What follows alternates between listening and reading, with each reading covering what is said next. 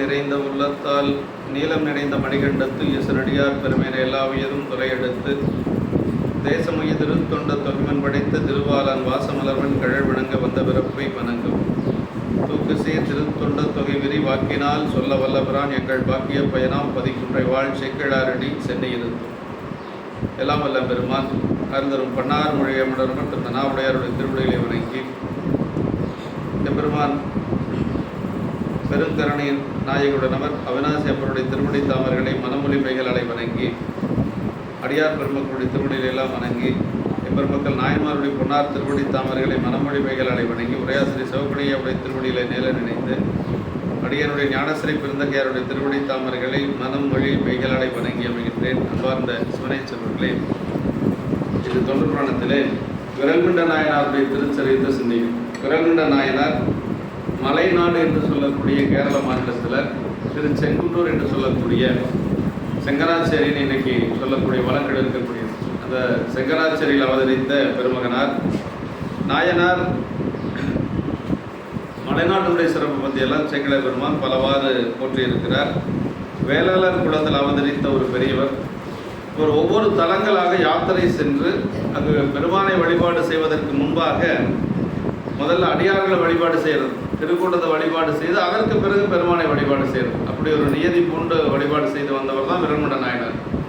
அது 5வது பாட்டில் சொல்றார், நதியும் மதியும் புனைந்த சடை நம்பர் விரும்பி நலம் சிறந்த பதிகள் எங்கும் கும்பிட்டு படரும் காதல் வழி செல்வார். அப்படி பெருமானுடைய ஆலயங்கள் தோறும் வழிபாடு செய்து கொண்டு வருகின்ற பொழுது முதல் சொல்றார், முதிரும் அன்பின் பெருந்தொண்டர் முறைமை நீடு திருக்கூட்டத்து எதிர்முன் பரவும் அருள் பெற்ற இறைவர் பாதம் தொழப் பெற்றார் அப்படின்னார். முதல்ல அடியார்களை வணங்கி கொள்ளுவது, திருக்கூட்டடியார்களை வணங்கி கொண்டு அடியார்களுடைய திருவருளை பெற்று அதற்கு பிறகு பெருமானை வழிபாடு செய்யும். அப்படி ஒரு நியதி கொண்டு வந்தவர் விரல்மிண்ட நாயனார்.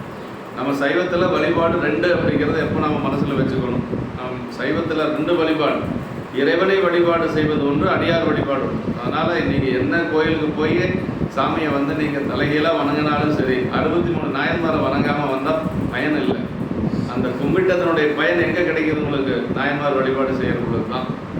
அதனால் நீங்கள் பெருமானை வழிபாடு செஞ்ச பயன் முழுமையாக நமக்கு கிடைக்கணும் அப்படின்னா அங்கே தான் இருக்கும், அடியார் வழிபாட்டில் தான் இருக்குது.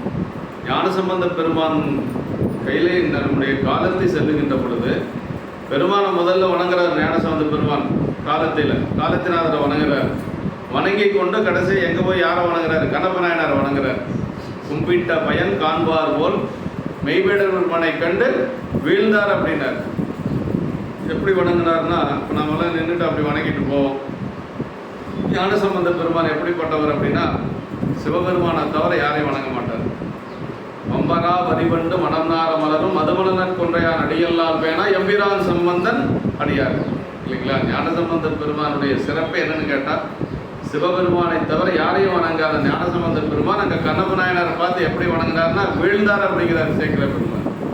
பின்னாடி இருந்து 2 பேர் தள்ளி விட்டா எப்படி போய் விழுவாங்க, அது மாதிரி விழுந்தாராம். சேக்கிழ பெருமான் நேரில் பார்த்த மாதிரி சொல்றார் அந்த இடத்த. கும்பிட்ட பயன் காண்பார் போல் மெய்வேடனை கண்டு வீழ்ந்தார் அப்படின்னார். அது மட்டுமல்ல, கண்ணப்ப நாயனாருடைய அந்த உள்ளத்துக்குள்ள காலத்தினாதரை பார்த்தாராம் சேக்கிழ பெருமான் சொல்ல. நமக்கு கண்ணப்ப நாயனார் பார்த்தா கண்ணப்ப நாயனர் மட்டும்தான் தெரியும் இல்லையா? காலத்தினாதர் தெரிஞ்சிருக்காரு ஞானசம்பந்த பெருமான்.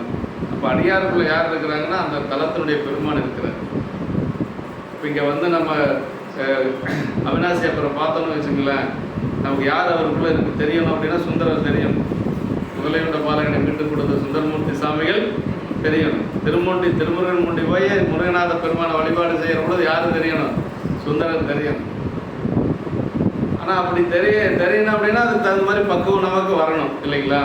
அது மாதிரி அங்கே 2 பிரிக்க முடியாமல் இருக்கிறாங்க. காலத்தினாதரும் கண்ணப்ப நாயனார் எப்படி இருக்காங்க? பிரிக்க முடியாததான்.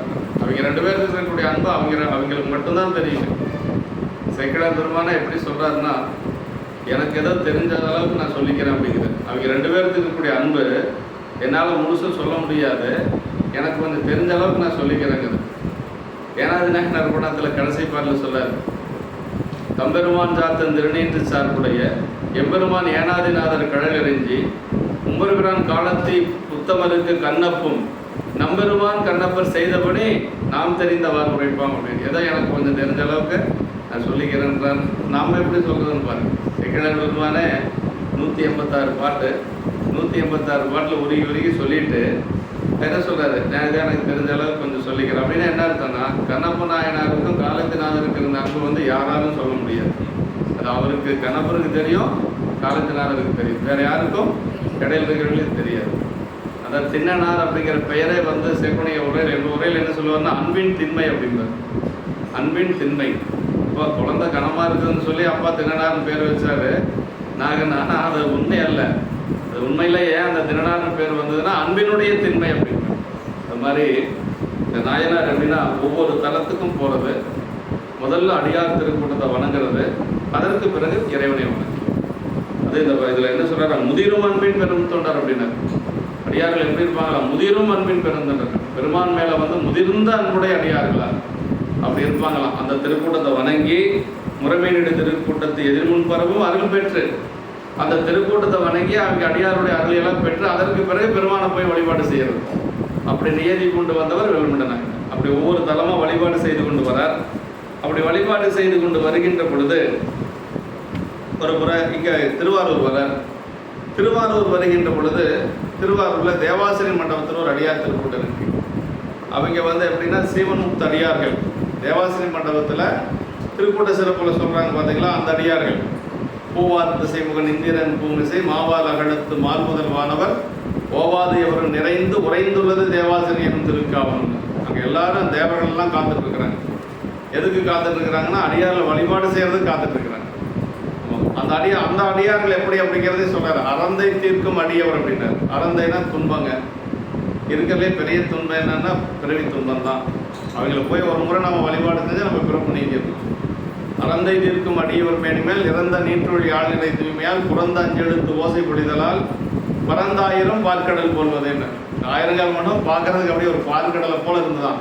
எல்லாரும் திருநீர் பூசிருந்தாங்க, எல்லாரும் உருத்தராக்கம் போட்டிருந்தாங்க, எல்லாரும் உள்ளுக்குள்ள அஞ்செழுத்து சொல்லிட்டு இருந்தாங்க.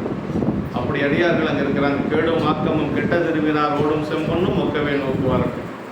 அதே மாதிரி என்ன சொல்றார், ஆரம் கண்டிகை ஆடையும் கந்தையே வாரம் ஈசன் பணியலது ஒன்றிலர் ஈரன்பினர் யாதும் குறைவிலார் வீரம் என்னால் விளம்பும் தகையதோ அப்படின்னு. அப்படி வீரமான அடியார்கள்.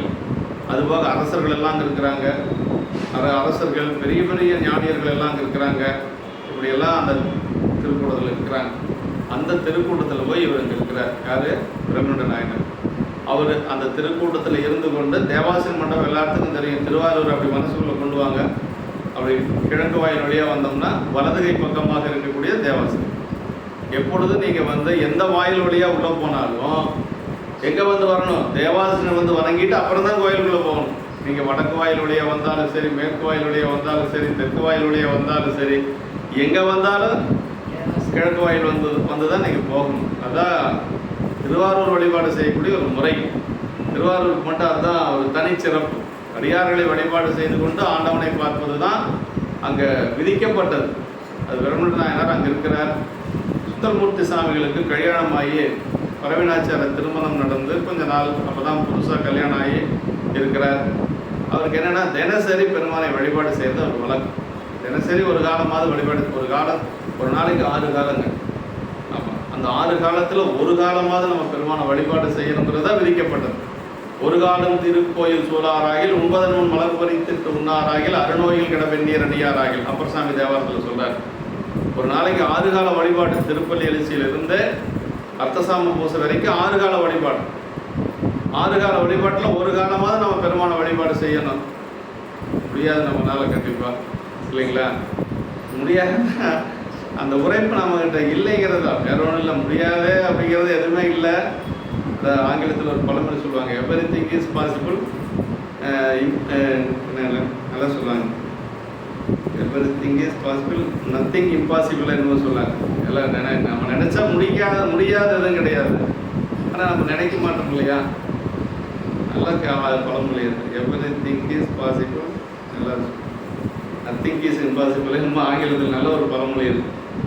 அது மாதிரி நமக்கு வந்து அப்படியெல்லாம் அந்த உரைப்பெல்லாம் நமக்கு வர்றதுன்னா ரொம்ப நாள் ஆகணும். ரொம்ப பக்குவமானால் தான் அந்த உரைப்பு வரும். பூசை செய்கிறதுக்கோ அல்லது ஒரு தொண்டு விடாது செய்கிறதுக்கோ திருக்கோயில் வழிபாட்டை தவறாமல் செய்கிறதுக்கோ நமக்கு வந்து ஒரு உண்மையிலேயே ஒரு உரைப்பு வேணுங்க. இப்போ கரூரில் நாளைக்கு விழா நடக்குது பாருங்க, இந்த எரிபத்தர் விழா, பூக்குடலை விழா. இந்த சரவணன் ஐயான்னு அங்கே இருக்கிறார். நிறைய பேருக்கு பழைய அடியார்களுக்குலாம் தெரிஞ்சிருக்கலாம், புது அடியார்களுக்கு தெரியாது. அவர் எப்படின்னா அர்த்தசாம பூசைக்கு எங்கே இருந்தாலும் பறந்து கட்டிட்டு வந்துடுவார். கரூர் பசுவதீஸ்வரர் கோயிலுக்கு அர்த்தசாம பூசைக்கு பறந்து கட்டிட்டு வந்துடுவார். எங்கே இருந்தாலும் நிற்க மாட்டார். அது அவர் அப்படியே பழகி போச்சு. அவருக்கு அனைத்து சிவனையர் கூட்டமைப்புன்னு சொல்லி ஆரம்பித்து நல்லபடியாக பண்ணிட்டு அவர் ரொம்ப நல்ல மனிதருக்கு, ரொம்ப நேர்மையாக இருப்பார். யாரை கண்டும் பயந்துக்க மாட்டார்.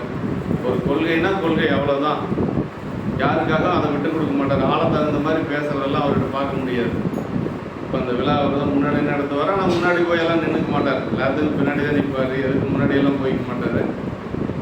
அந்த மாதிரி ஒரு உரைப்புடைய தொண்டர்கள் அங்கங்கே இருக்கிறார். அதனால் எல்லாரும் அப்படின்னு சொல்லவும் முடியாது. அப்படி இருக்கிற பொழுது நம்பிகள் வந்து வழிபாடு செய்கிறதுக்கு வர்றார். நம்பிகள் வழிபாடு செய்ய வர பொழுது அவர் என்ன நினச்சிட்டு வர்றாருன்னா, மனசில் அவங்களை எல்லாம் போய் நேரில் வழிபாடு செய்கிற அளவுக்கு நமக்கு முதல்ல தகுதி இல்லை இல்லையா. அவங்க எல்லாம் பெரிய அடியார்கள், சிவமுத்த அடியார்கள். அவங்கெல்லாம் நேராக நம்ம அவங்கள போய் வழிபாடு செஞ்சுட்டு வரலான்னு பார்த்தா அங்கே போய் நிற்கிறதுக்கு நமக்கு தகுதி இல்லை அப்படின்னு ஒதுங்கி வர்றாரு. அப்படி ஒதுங்கி மனசுக்குள்ளே வழிபாடு செஞ்சுட்டு வர்றார். அப்படி மனசுக்குள்ளே வழிபாடு செஞ்சுட்டு வர்ற பொழுது என்ன சொல்லிட்டு வர்றாருன்னா, இவருக்கு யான் அடியேனாக பண்ணும் நாள் என்னால் என்று பரமர்தான் பரவி சென்றார்கள். இவங்களுக்கெல்லாம் சாமி நான் என்னைக்கு அடியாராக ஆகிறது, அந்த நாள் எந்த நாளோ தெரியலையே. ஏன்னா அப்படின்னா நேரில் போய் நான் என்னைக்கு அவங்களெல்லாம் வணங்குறது, இன்னும் அந்த தகுதி எனக்கு வரலைன்னு அவரே நினச்சிக்கிறாரு. அவருக்கு தகுதியெல்லாம் இருக்கு, ஆனால் அவரே அப்படி நினச்சிக்கிறார். சைவ முதல் திருத்தொண்டர் அவர் தானே. அப்படிதான் சேக்கிழார் பெருமான் சொல்கிறார். சைவ முதல் திருத்தொண்டர் யாருன்னா சுந்தரர் தான். அதுதான் ஆரூரில் தான் சொல்கிறார். அம்மை உனக்கு தோழமையாக தந்தனம் அப்படின்னு சொல்லி இறைவனே சொன்னது. அப்படிப்பட்ட பெருமையுடையவரே என்ன சொல்லிட்டு வர்றாருன்னா, தகுதி இல்லைன்னு ஒதுங்கி வர்றார். இவருக்கு யான் அடியனாக பண்ணும் நாள் என்னால் என்று பரமதால் பரவி சென்றார். அப்படி செல்லுகின்ற பொழுது ஆலயத்திலிருந்து சாமி என்ன பண்ணாராம், திருமூலட்டானத்திலிருந்து வாயிலில் வந்தவருக்கு காட்சி கொடுக்குறார். சுந்தரருக்காக சாமி எந்திரிச்சு வந்துட்டார். சுந்தரர் வராருன்னு சொல்லி சாமி எந்திரிச்சு வந்துட்டார். ஆனால் சுந்தரர் அந்த அடியார் கூட்டத்தில் போய் வணங்குறதுக்கு நமக்கு தகுதி இல்லைன்னு ஒதுங்கி வர்றார். ஆனால் அவர் என்ன நினச்சிக்கிறாருன்னா, விரல்மண்ட நாயனார் இறைவன் ஆட்கொள்ளதுனால சுந்தரன் அடியாரில் மதிக்காத போகிறான், சுந்தரன் அடியாரில் வணங்காமல் போகிறான், அதனால் சுந்தரன் புறகு அப்படின்னு சொல்லி சொல்கிறார். அது விரல்மண்ட நாயனார் சொல்கிறார். திருக்கூட்ட அடியார்களை வணங்காமல் செல்லுகின்ற சுந்தரன் புறகு அப்படின்னார். அப்புறம் சரி சுந்தரன் தான் புறகா ரைட்டு இருக்கட்டும் அப்படின்னா, அடியார்களை வணங்காத சுந்தரனை ஆட்கொண்டு சிவபெருமானே புறகுன்னார். அதுதான் இந்த பாட்டு, இந்த பகுதி. சிவபெருமான புறகுன்னு ஒரு சமயத்தினுடைய கடவுளையே புறகு அப்படின்னு சொன்ன ஒரு சமயம் எதுன்னா சைவ சமயம் தான். அதான் சைவ சமயத்துக்கு ஒரு பெரிய சிறப்பு. சமயத்தினுடைய தலைவர் சிவபெருமான், அவருக்கு மேலே யாரும் கிடையாது இல்லையா. முன்னவனை முன்னின்றால் முடியாத பொருள் உள்ளதோ இல்லையா. அப்படிப்பட்ட முன்னவனாக இருக்கக்கூடிய சிவபெருமானே புறகு அப்படின்னு சொல்கிறாரு. அப்படி சொன்ன உடனே சாமி என்ன பண்ணாராம், எப்போ என்னையே புறகுன்னு சொல்கிற, நான் இருக்கிறதே அடியார் கூட தாப்பா இருக்கிறேன்னு சத்தம் போட்டாராம் சாமி. அடியாருடன் நாம் உலது அப்படின்னாராம். அதுதான் இந்த பகுதி, இன்னைக்கு நாம் சிந்திக்கிற பகுதி. அப்போ தான் வந்து அடியாருடன் நாம் உலது அப்படின்னு சொல்லி சாமியே சொன்னதாக நமக்கு பெரிய புராணம் சொல்லுது. அப்படின்னா ரெண்டு வழிபாடு அப்படிங்கிறத நம்ம மறந்துடக்கூடாது. என்னதான் மனசுக்குள்ளே வந்து அடியாரில் வணங்கினாலும் கூட நேரில் வணங்கணும். புறத்தில் வழிபாடு வேணும் அப்படிங்கிறத நிரூபிக்கக்கூடியது தான் இந்த புராணம். புறத்தில் கண்டிப்பாக வழிபாடு செய்யணும் அப்படிங்கிறது தான் இது. அப்படி ஒவ்வொரு ஆலயங்களாக சென்று வழிபாடு செய்து கொண்டு போகிறார். இதில் 7வது பாட்டில் சொல்கிறார், திருவார் பெருமை திகழ்கின்ற தேவாசிரியனை பொழிந்து மறுவான் என்ற சிவனடியார் நம்மை தொழுது வந்து அணையாது ஒருவாறு ஒதுங்கும் மண் தொண்டன் புறகு என்று உரைப்ப சிவனருளால் பெருகான் என்ற பெரும்பேறு பெற்றார் மற்றும் திறன் என்றார் அப்படின்னு சொல்லி சொன்னார். இதுதான் அந்த பாட்டுங்க. அவர் வந்தது திருவார் பெருமை திகழ்கின்றனர்.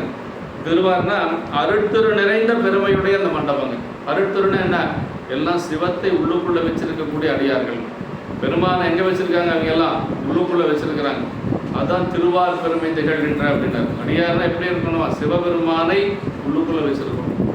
அப்படி இருக்கக்கூடிய அடியார்கள் அங்கே இருக்கிறாங்க. அதான் அருட்திரு நிறைந்த அந்த இடம், திருவார் பெருமை திகழ்கின்ற தேவாசிரியர். அருட்திரு நிறைந்த பெருமை என்னாலும் விளங்குகின்ற தேவாசிரிய மண்டபத்தில் பொழிந்து பொருந்து வீற்றிருக்கக்கூடிய சிவனடியார்களை தொழுது அவர்கள் வாழ் வந்து அணையாமல் ஒரு புறமாக ஒதுங்கி செல்லும் வந்தொன்னன் புறகு என்று உரைப்பதற்கு சிவபெருமான் அருளில் பெறுகின்ற பெரிய பேறு பெற்றார் இந்த நாயனார். புறகுன்னு சொன்னதுனால தான் ஒரு பெரிய பேர் பெற்றாராம் பாருங்க.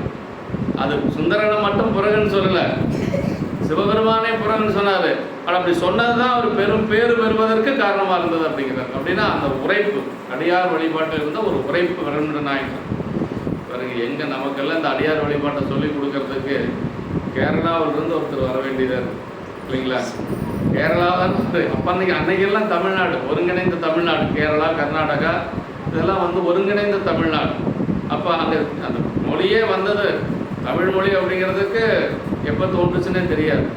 5000 ஆண்டுகளுக்கு முன்னாடி இருக்கு. கேரள மொழி தோன்றியது 1000 வருஷத்துக்குள்ள தான், 700-800 வருஷத்துக்குள்ள தான். எழுத்தச்சன் அப்படின்னு சொல்லி அவர் தான் அந்த மொழியை கண்டுபிடிக்கிறார். சுத்தமான தமிழ் தான் மலையாளம். எல்லாமே பார்த்தீங்கன்னா நம்மளில் இருக்கக்கூடியது தான் அங்கே இருக்கும், பெருசாலாம் ஒன்றும் இருக்காது. ஆனால் அதுக்கு செம்மொழி அந்தஸ்து கொடுத்துருக்குறாங்க. கேட்குறவங்களுக்கெல்லாம் கொடுத்துருவோமே அப்படின்னு சொல்லிட்டு கொடுத்துட்டாங்க, வேற ஒன்றும் இல்லை. செம்மொழி அப்படிங்கிறது தமிழிலிருந்து பிரிந்த மொழி தான். அதெல்லாம் இந்த தமிழ் மொழி வந்து செம்மொழி கொடுத்ததுனால அவங்களுக்கும் சரி நீங்களும் வச்சுக்கோ அப்படின்னு சொல்லி அவங்களுக்கும் கொடுத்துட்டாங்கன்னு வச்சுங்களேன்.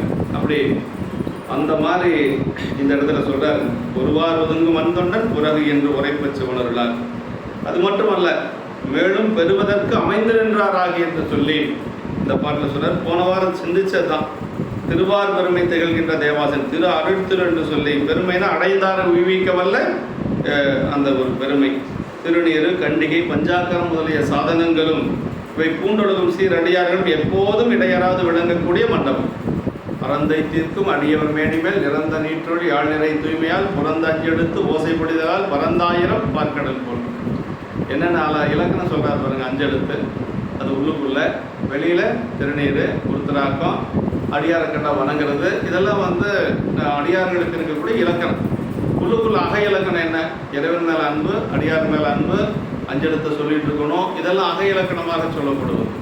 இப்படி அதை சொல்கிறார்.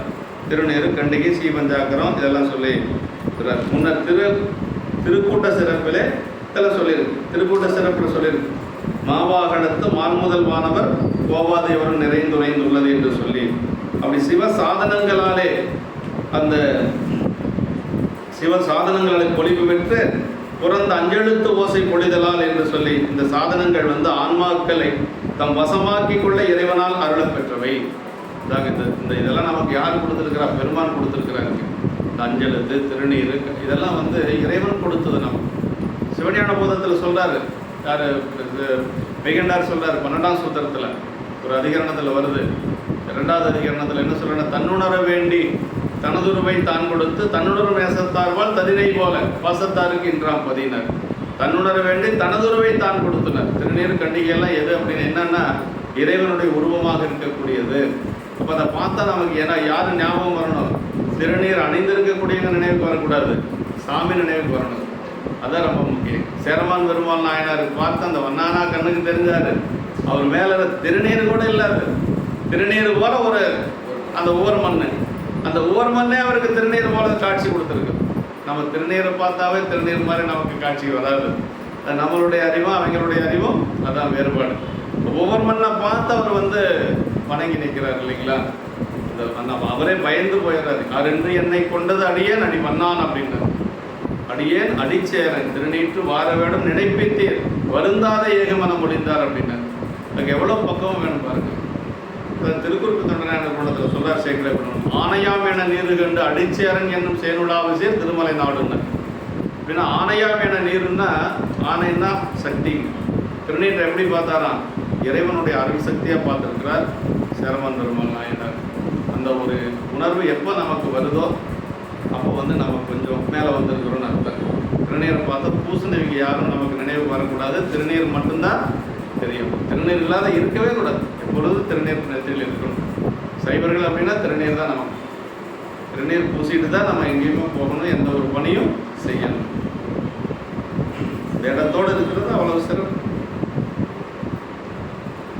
தொடுதுவன் தனையாத ஒருவாறு ஒதுங்கு மண் தொண்டர் அப்படின்னா, அப்படி தேவாசிரியன் கூடியிருந்த எழுந்தெழும் அடியார்களுக்கு என்னை அடியேனாக பண்ணுனால் என்னாலோ என்று இறைவர் பாதங்களை சிந்தித்து கொண்டே திருக்கோயிலில் சென்றார்.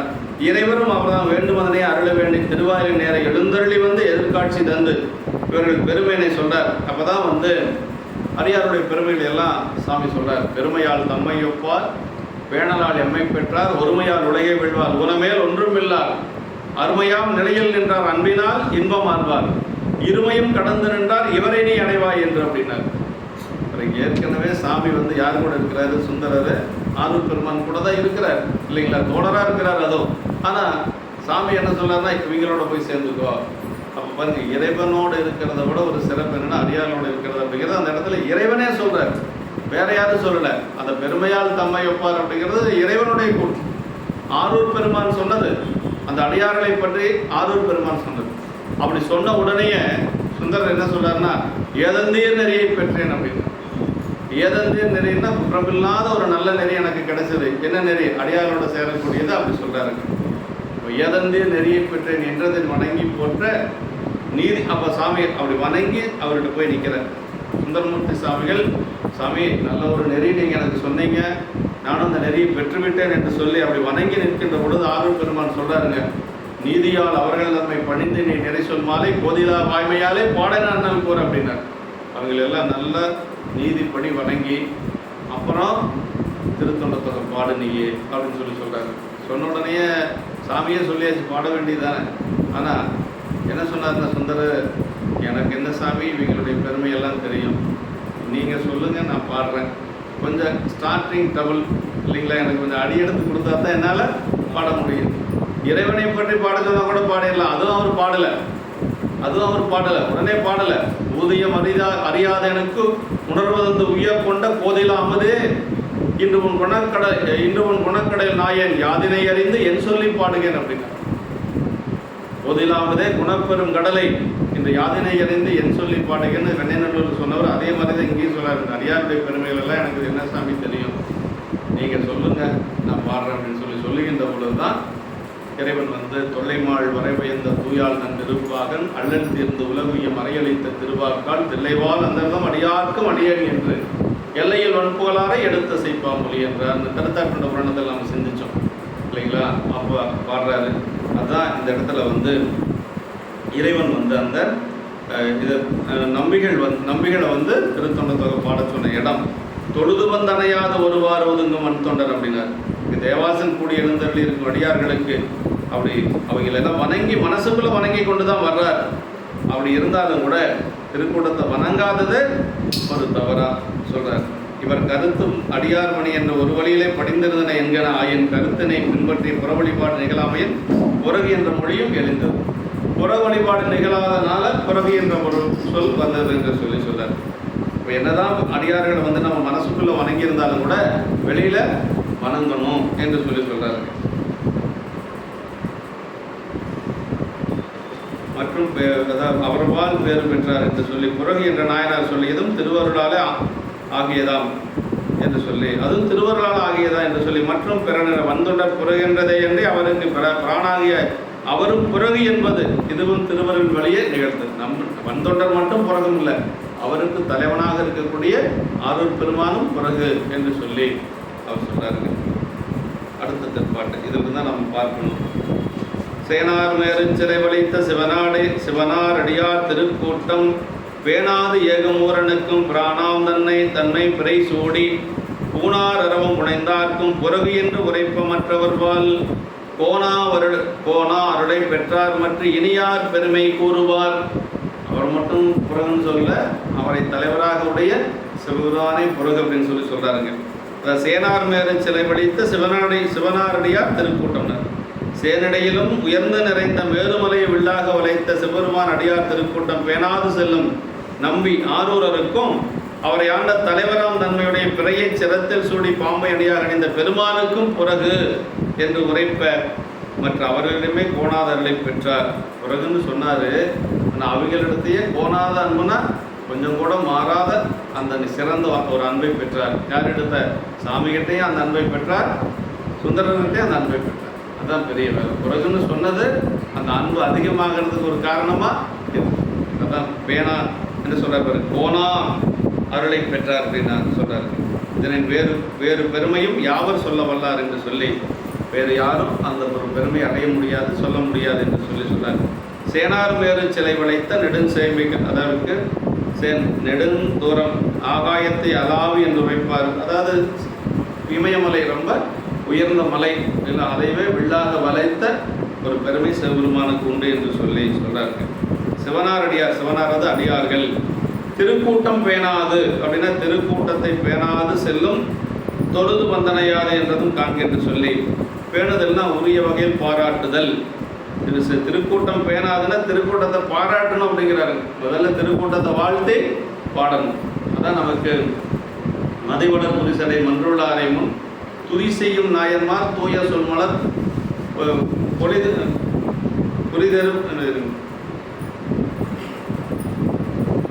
துதி செய்யும் நாயன்மார் தூய சொல்மலர் பொதிநலன் நுகர்தரு புனிதர் பேரவை அப்படின்னாரு. திருக்கூட்டத்துக்கு இன்னொரு பேர் என்ன சொல்லார் சேக்கிழார் பெருமான்? புனிதர் பேரவை அப்படின்னு. அதான் ரொம்ப முக்கியம். அப்போ அந்த திருக்கூட்டத்தை வணங்கி மதிவளர் புரிசடை மன்றுள்ளாரை முன் துதி செய்யும் நாயன்மார் தூய சொல்மலர் பொதிநலன் நுகர்தரு புனிதர் பேரவை அப்படின்னாரு. விதிமுறை உலகில் விளங்கி வெல்க வேண்டும். முதல்ல திருக்கூட்டத்தை வணங்கிட்டு தான் புராணத்துக்குள்ள வர்றாரு சேக்கிழார் பெருமான். ஆமாம், அது பாயிரத்தில் 4வது 5வது பாட்டில் வருங்க. அப்படி வணங்கி கொண்டு அதற்கு பிறகுதான் வர்றாரு. பேணுதல் அப்படின்னா பாராட்டுதல். திருக்கூட்டத்திற்கு ஊரனையும் பிராணையும் புறகின்றதை என்று அவர்களுக்கு திருக்கூட்டத்தை புறகின்றது பொருந்தாது என்று அதனை மறுப்பார் உண்டு என்று சொல்லி, அவருக்கு இவர் புறகாயினும் இவருக்கு அவர் புறகாயினும் பொருள் ஒன்றே என விடை கூறுவார் உண்டு. பல பேர் பலவாறு சொல்றாங்க. திருக்கூட்டத்தை எப்பொழுதும் புறகுன்னு சொல்ல முடியாது. தனிப்பட்ட ஒருத்தரை புறகுன்னு சொல்லலாம். எனக்கு திருக்கூட்டமே புறகு அப்படின்னு நம்ம சொல்லக்கூடாது இல்லைங்களா? தனிப்பட்ட ஒருத்தர் புறகு அப்படின்னா அதுக்கான காரணத்தை வச்சு அதே நம்ம சொல்லக்கூடாது. இங்கே விரல்நுடனார் என்ன எதுக்காக சொல்கிறார் அப்படின்னா, அவங்க 2 பேர்த்துக்குள்ள பர்சனல் எல்லாம் ஒன்றும் கிடையாது, சண்டையெல்லாம் ஒன்றும் கிடையாது. திருக்கூட்டத்தை வணங்காத போகிறதுனால பிறகுன்னு தான் சொன்னாரே ஒழிய, மற்றபடி விரல்நுட நாயனாருக்கு சுந்தரனுக்கு ஏதாவது ஒரு சண்டையா என்ன, அதெல்லாம் ஒன்றும் கிடையாது. அவர் அதெல்லாம் கிடையாது. திருக்கூட்டத்தை அடியார்களை வணங்காத போனதுனால பிறகு, அவ்வளோதான். அதனால் திருக்கூட்டம் பிறகுன்னு சொல்லக்கூடாது. திருக்கூட்டத்தை எப்பொழுதும் பிறகுன்னு சொல்லவே கூடாது. திருக்கூட்டம் தான் நமக்கு புனித பேரவை அப்படிங்கிறதுக்கு. பெருமான் எப்படி, அதே மாதிரி சிவனடியார் திருக்கூட்டம், ரெண்டும் ஒன்று தான். திருக்கூட்டத்தை வணங்கினாலும் அந்த பேர் கிடைக்கும், பெருமானை வணங்கினாலும் அந்த பேர் கிடைக்கும். அது தனிப்பட்ட ஒரு அடியார் அப்படிங்கிறத காட்டிலும் திருக்கூட்டம் அப்படிங்கிறது ரொம்ப ரொம்ப முக்கியம். பெருமான் எப்போ என்ன விரும்புவார்னா, அடியார்களோடு சென்று இறைவனை வழிபாடு செய்வது தான் சிறந்தது. திருக்கூட்டமாக சென்று நீங்கள் அவினாசியாபுரம் போய் பார்க்குறீங்கன்னா தனி ஒருத்தராக போகிறத காட்டிலும் ஒரு 4 அடியார்களை கூட்டிகிட்டு போனீங்களா அதுதான் சிறப்பு. சாமி அதை தான் விரும்புவார். ரொம்ப ரொம்ப சாமிக்கு விருப்பமானது என்னன்னா அடியாரோட பெருமானை தொழுவது. அதான் ரொம்ப முக்கியம். அப்படிதான் நம்ம நாயன்மார்கள் போயிருக்கிறாங்க. சுந்தரமூர்த்தி சாமிகளோ அல்லது நம்முடைய ஞானசம்பந்த பெருமானோ அப்பர் சாமிகளோ எப்படி போனாங்க? திருக்கூட்டத்தோடு தான் போனாங்க. திருக்கூட்டத்தோடு தான் போய் வணங்கினாங்க. இறைவனை வணங்கக்கூடிய முறை அதுதான். ஒருத்தரையாவது நம்ம அழைச்சிட்டு போகணும், ஒரு அடியாரையாவது நம்ம கோயிலுக்கு அழைச்சிட்டு போகணும். அதனால் அப்படி தான் வழிபாடு செய்கிற முறைங்க. மற்றவர்பால் அப்படின்னாரு பூரனுக்கும் என்று மற்றவர் முன்பெற்ற அருளோடு இதனையே மேற்கொள் மற்றும் பெறனென்றார் என்று சொல்லி, அவர்பால் பிறகென்று ஒரு நம்பிகளிடத்தும் பிராணிடத்தும் என்றிடமாம் என்று சொல்லி, நம்பிகளிடத்து கோணாறு பெற்றதாவது விரிமுறையில் சொல் குன்றையார் விரல்மிண்டர் கடியேன் என்று சொல்லி திருத்தொண்ட தொகையில் பாடுறார்.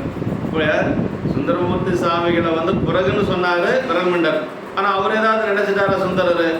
திருத்தொண்ட தொகையில் பாடுறாரு இல்லையா, விரிமுறையில் சொல் குன்றையார் விரல்மிண்டர் கடியேன் அப்படின்னார். ஆனால் நான் அவருக்கு அடியேன்னு தான் சொல்கிறார். அதுதான் சைவங்கள். சைவத்தில் அதுதான் நம்ம பார்க்க வேண்டியதாக இருக்குது. இப்போ அப்படி பார்த்தா சரி அவரை விட்டுறலாம் அப்படின்னு நினச்சிருந்தா விட்டுருக்கலாம் இல்லையா? சுந்தரன் பாடுனது தானே திருத்தொண்ட தொகை. சுந்தரன் பாடலினா அவர் இன்னைக்கு 63 நாயன்மாரில் வந்திருக்க முடியாது இல்லைங்களா? நம்பிகளுடைய திருவாக்கில் வந்தவர்கள் தான் நாயன்மார்கள். அதை நம்ம கவனத்தில் வச்சுக்கணும். நான் நம்பிகள் தானே பாடினாரான்னா அப்படி அல்ல. ஆரூர் பெருமான் உள்ளென்று உணர்த்த தான் பாடினார். ஆனால் எப்படியோ நம்பிகள் திருவாக்கின் மூலமாக வந்ததான் நாயன். நம்பிகள் திருவாக்கில் வராத 3 நாயன்மார் யாரும் நம்பிகளும் அவங்க அப்பா சடையனாரும் அம்மா இசைஞானியார். அது யார் பாடினாங்கன்னா நம்பியாண்டார் நம்பிகள் பாடுறாங்க. தன்னைத்தானே பாடிக்கொள்ள மாட்டாங்க பெரியவங்க இல்லைங்களா? சுந்தரை பற்றி சுந்தரை பாடுவாரா என்ன? இல்லை அவங்க அப்பா அம்மாவை தான் பாடுவாரா? அப்படி பாட மாட்டார். அதனால் அந்த வேலை யார் செஞ்சார்? நம்பியாண்டார் நம்பிகள் 100 வருஷம் கழித்து செஞ்சார். 9ஆம் நூற்றாண்டு சுந்தரன் திருத்தொண்ட தொகை பாடுறார். 10ஆம் நூற்றாண்டில் அவர் தான் 60 நாயன்மார்கள் தான் நம்முடைய சுந்தரர் பாடியது. இந்த 3 நாயன்மார் யார் பாடுறதுன்னா நம்பியாண்டார் நம்பிகள் பாடுறார். அது ரொம்ப கவனத்தில் நம்ம வச்சுக்கணும். தன்னைத்தானே பாடுவது மரபு அல்ல. அடிய என்ன சொன்னார் ஒவ்வொரு பாட்டிலையும், ஆரூரன் ஆரூரில் அம்மானுக்கு ஆலையினர் அப்படின்னா, ஆரூர் என் பேர், நான் இந்த அடியார்களுக்கெல்லாம் அடியவன், அதே மாதிரி ஆரூர் பெருமானுக்கு நான் அடியவன், அப்படி தானே பாடுனார். நானும் வந்து ஒரு பெரிய நாயன்மாரில் ஒருத்தனால எங்கேயும் இந்த சுந்தரர் சொல்லலை. அதுதான் பெரிய வேலை. அந்த வேலை யார் செஞ்சாங்கன்னா நம்பியாண்டார் சாமி ஒவ்வொருத்தருக்கும் ஒவ்வொரு வேலை கொடுத்துருக்காரு இல்லைங்களா. அதாவது இந்த 2 நூல் தான் நமக்கு ரொம்ப முக்கியம். முதல் நூல் திருத்தொண்ட தொகை, வகை நூல் திருத்தொண்ட திரு அந்தாதி. அந்த 3 நாயன்மார்கள் அவர் பாடுறார். அதான் அதை சேர்த்துதான் 63 நாயன்மார்கள். தொகையடியார்கள் 9 பேரத்தை சுந்தரரை பாடிடுறார். அதில் ஒன்றும் மாற்றம் இல்லை. தொகையடியார்கள் 9 பேரும் சுந்தரரை பாடிடுறார்.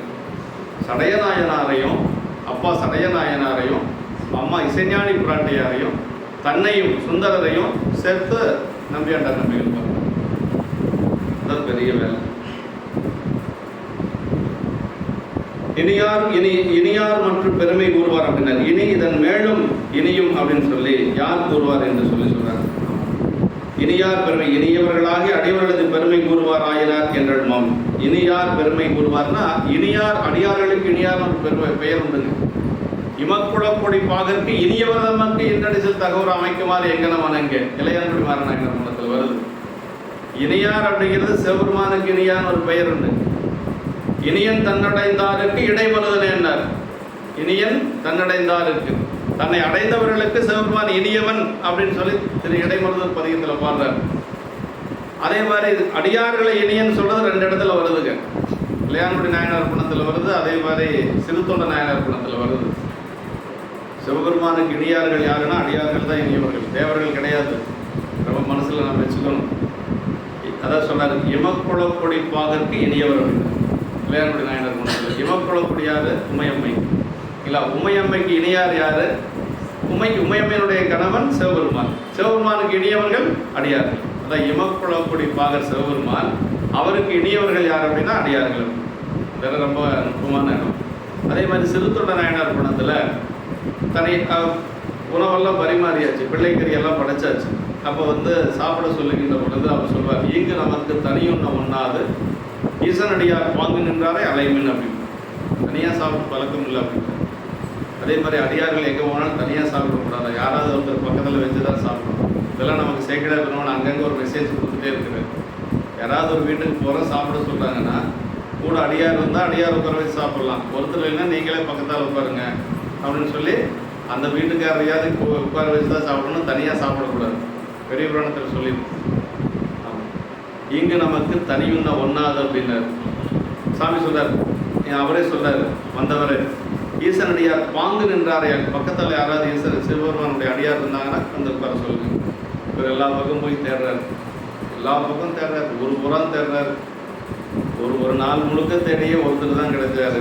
வைரவராக வந்தார் சாமி. வந்தவர் பிள்ளை கறி கேட்டார், இனி வரப்போறவர் என்ன கறி கேட்பார்னு யாருக்கும் தெரியாது.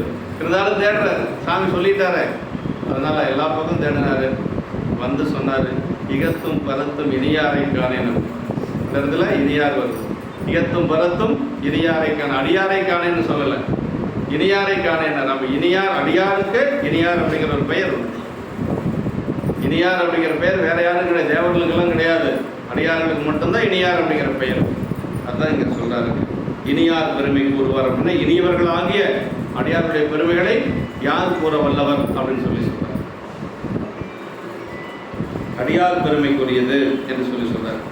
ரொம்ப அருமையான இடம்.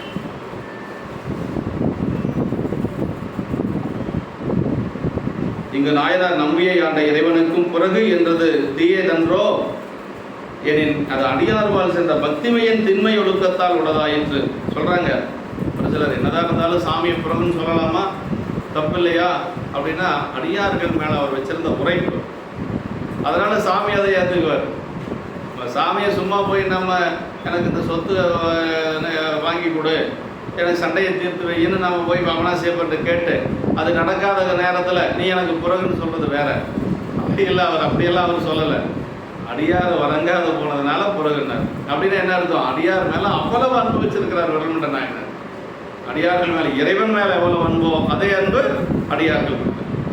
அப்படி இருந்ததுனால தான் அவர் பிறகுன்னு சொல்ல முடிஞ்சது. அதை பெருமான் பெருமையாக ஏற்றுக்கொண்டார். இப்படிதான்டா, இப்படி அடியார் தான் எனக்கு வேணும் அப்படின்னு சொல்லி சாமி நினைக்கிறார். இந்த உரைப்பு இருக்குது பாருங்க, அதுதான் சிவஞான சித்தியார் சொல்லுது. யார் ஒருத்தருக்கு அடியார்கள் மேல அன்பு இருக்குதோ அவங்களுக்கு தான் சிவபெருமான் மேல அன்பு இருக்கு. அடியார்கள் மேல அன்பு இல்லைன்னா சிவபெருமான மேல அன்பு இருக்காது. அரணுக்கு அன்பில்லார், அடியவர் கண்பில்லார், எவ்வையுக்கும் அன்பில்லார், தமக்கும் அன்பில்லார் அப்படின்னார் சிவஞான சித்தியார் சொல்லுது. அரணுக்கு அன்பில்லார், அடியவர் கண்பில்லார், எவருக்கும் அன்பில்லார், தம்முயிர்க்கும் அன்பில்லார் அப்படின்ட்டார். தம் மேலேயே அவங்களுக்கு அன்பு இருக்காது. சிவனடியார் மேல அன்பு இல்லைன்னா கண்டிப்பா சிவபெருமான் மேல அன்பு இருக்காது. ஒருத்தர் எவ்வளவு சாமி மேல அன்பு வச்சிருக்கிறாங்கிறதுக்கு அளக்கக்கூடிய அளவுகோல் என்னன்னா அவங்க அடியார்கள் மேல எவ்வளவு அன்பு வச்சிருக்கிறாங்க அப்படிங்கிறது தான். நல்ல அடியார்கிட்ட பழகி நேசமா இருக்கக்கூடிய சாமி மேல அன்பு வச்சிருப்பாங்களாம் அப்படின்னு நான் சொல்லல, சிவஞான சித்தியார் சொல்லுது, அருளன் சிவாச்சாரியார் சொல்றார். அதுதான் உண்மை. சும்மா அப்படி இப்படி நடிச்சுட்டு அடியாரில் அன்பு இல்லாமல் இருக்கக்கூடியதெல்லாம் பெருமான்கிட்டே அவங்ககிட்ட அன்பு இருக்கு. பெருமான்கிட்டே அப்படிதான் இருப்பாங்க. அதான் சொல்றாரு, அறிவில்லா பிணங்கள் அப்படிங்கிறார் சிவஞான சித்தியார். அடியார் மேல அன்பு இல்லாதவங்க என்ன சொல்றாரு, அறிவில்லா பிணங்கள், அவங்களை பத்தி பேசாத விடுனி அப்படின்ட்டு. அப்புறம் அடுத்தது சொல்றாரு, அந்த அடியார் எப்படி இருப்பாங்க அப்படிங்கிறது, ஆசையோடும் அரணடியார் அடியாரை அடைந்திட்டு அவர் கருமம் முன்கருமமாக செய்து கூசி மொழிந்து அருஞான குறியில் நின்று கும்பிட்டு தட்டமிட்டு கூத்தாடி திரிய அப்படின்னு. அடியாரை பார்த்தா எப்படி இருக்கணுமா, ஆசையோடும் அரணடியார் அடியாரை அடைந்திட்டு அவர் கருமம் முன்கருமமாக செய்து பூசி மொழிந்து அருஞான குறியில் நின்று கும்பிட்டு தட்டமிட்டு இப்படி எல்லாம் பண்ணணும்னா யாராச்சும் அடியாரா வருவாங்களான்னா யோசிக்க வேண்டியதா இருக்குது இல்லையா?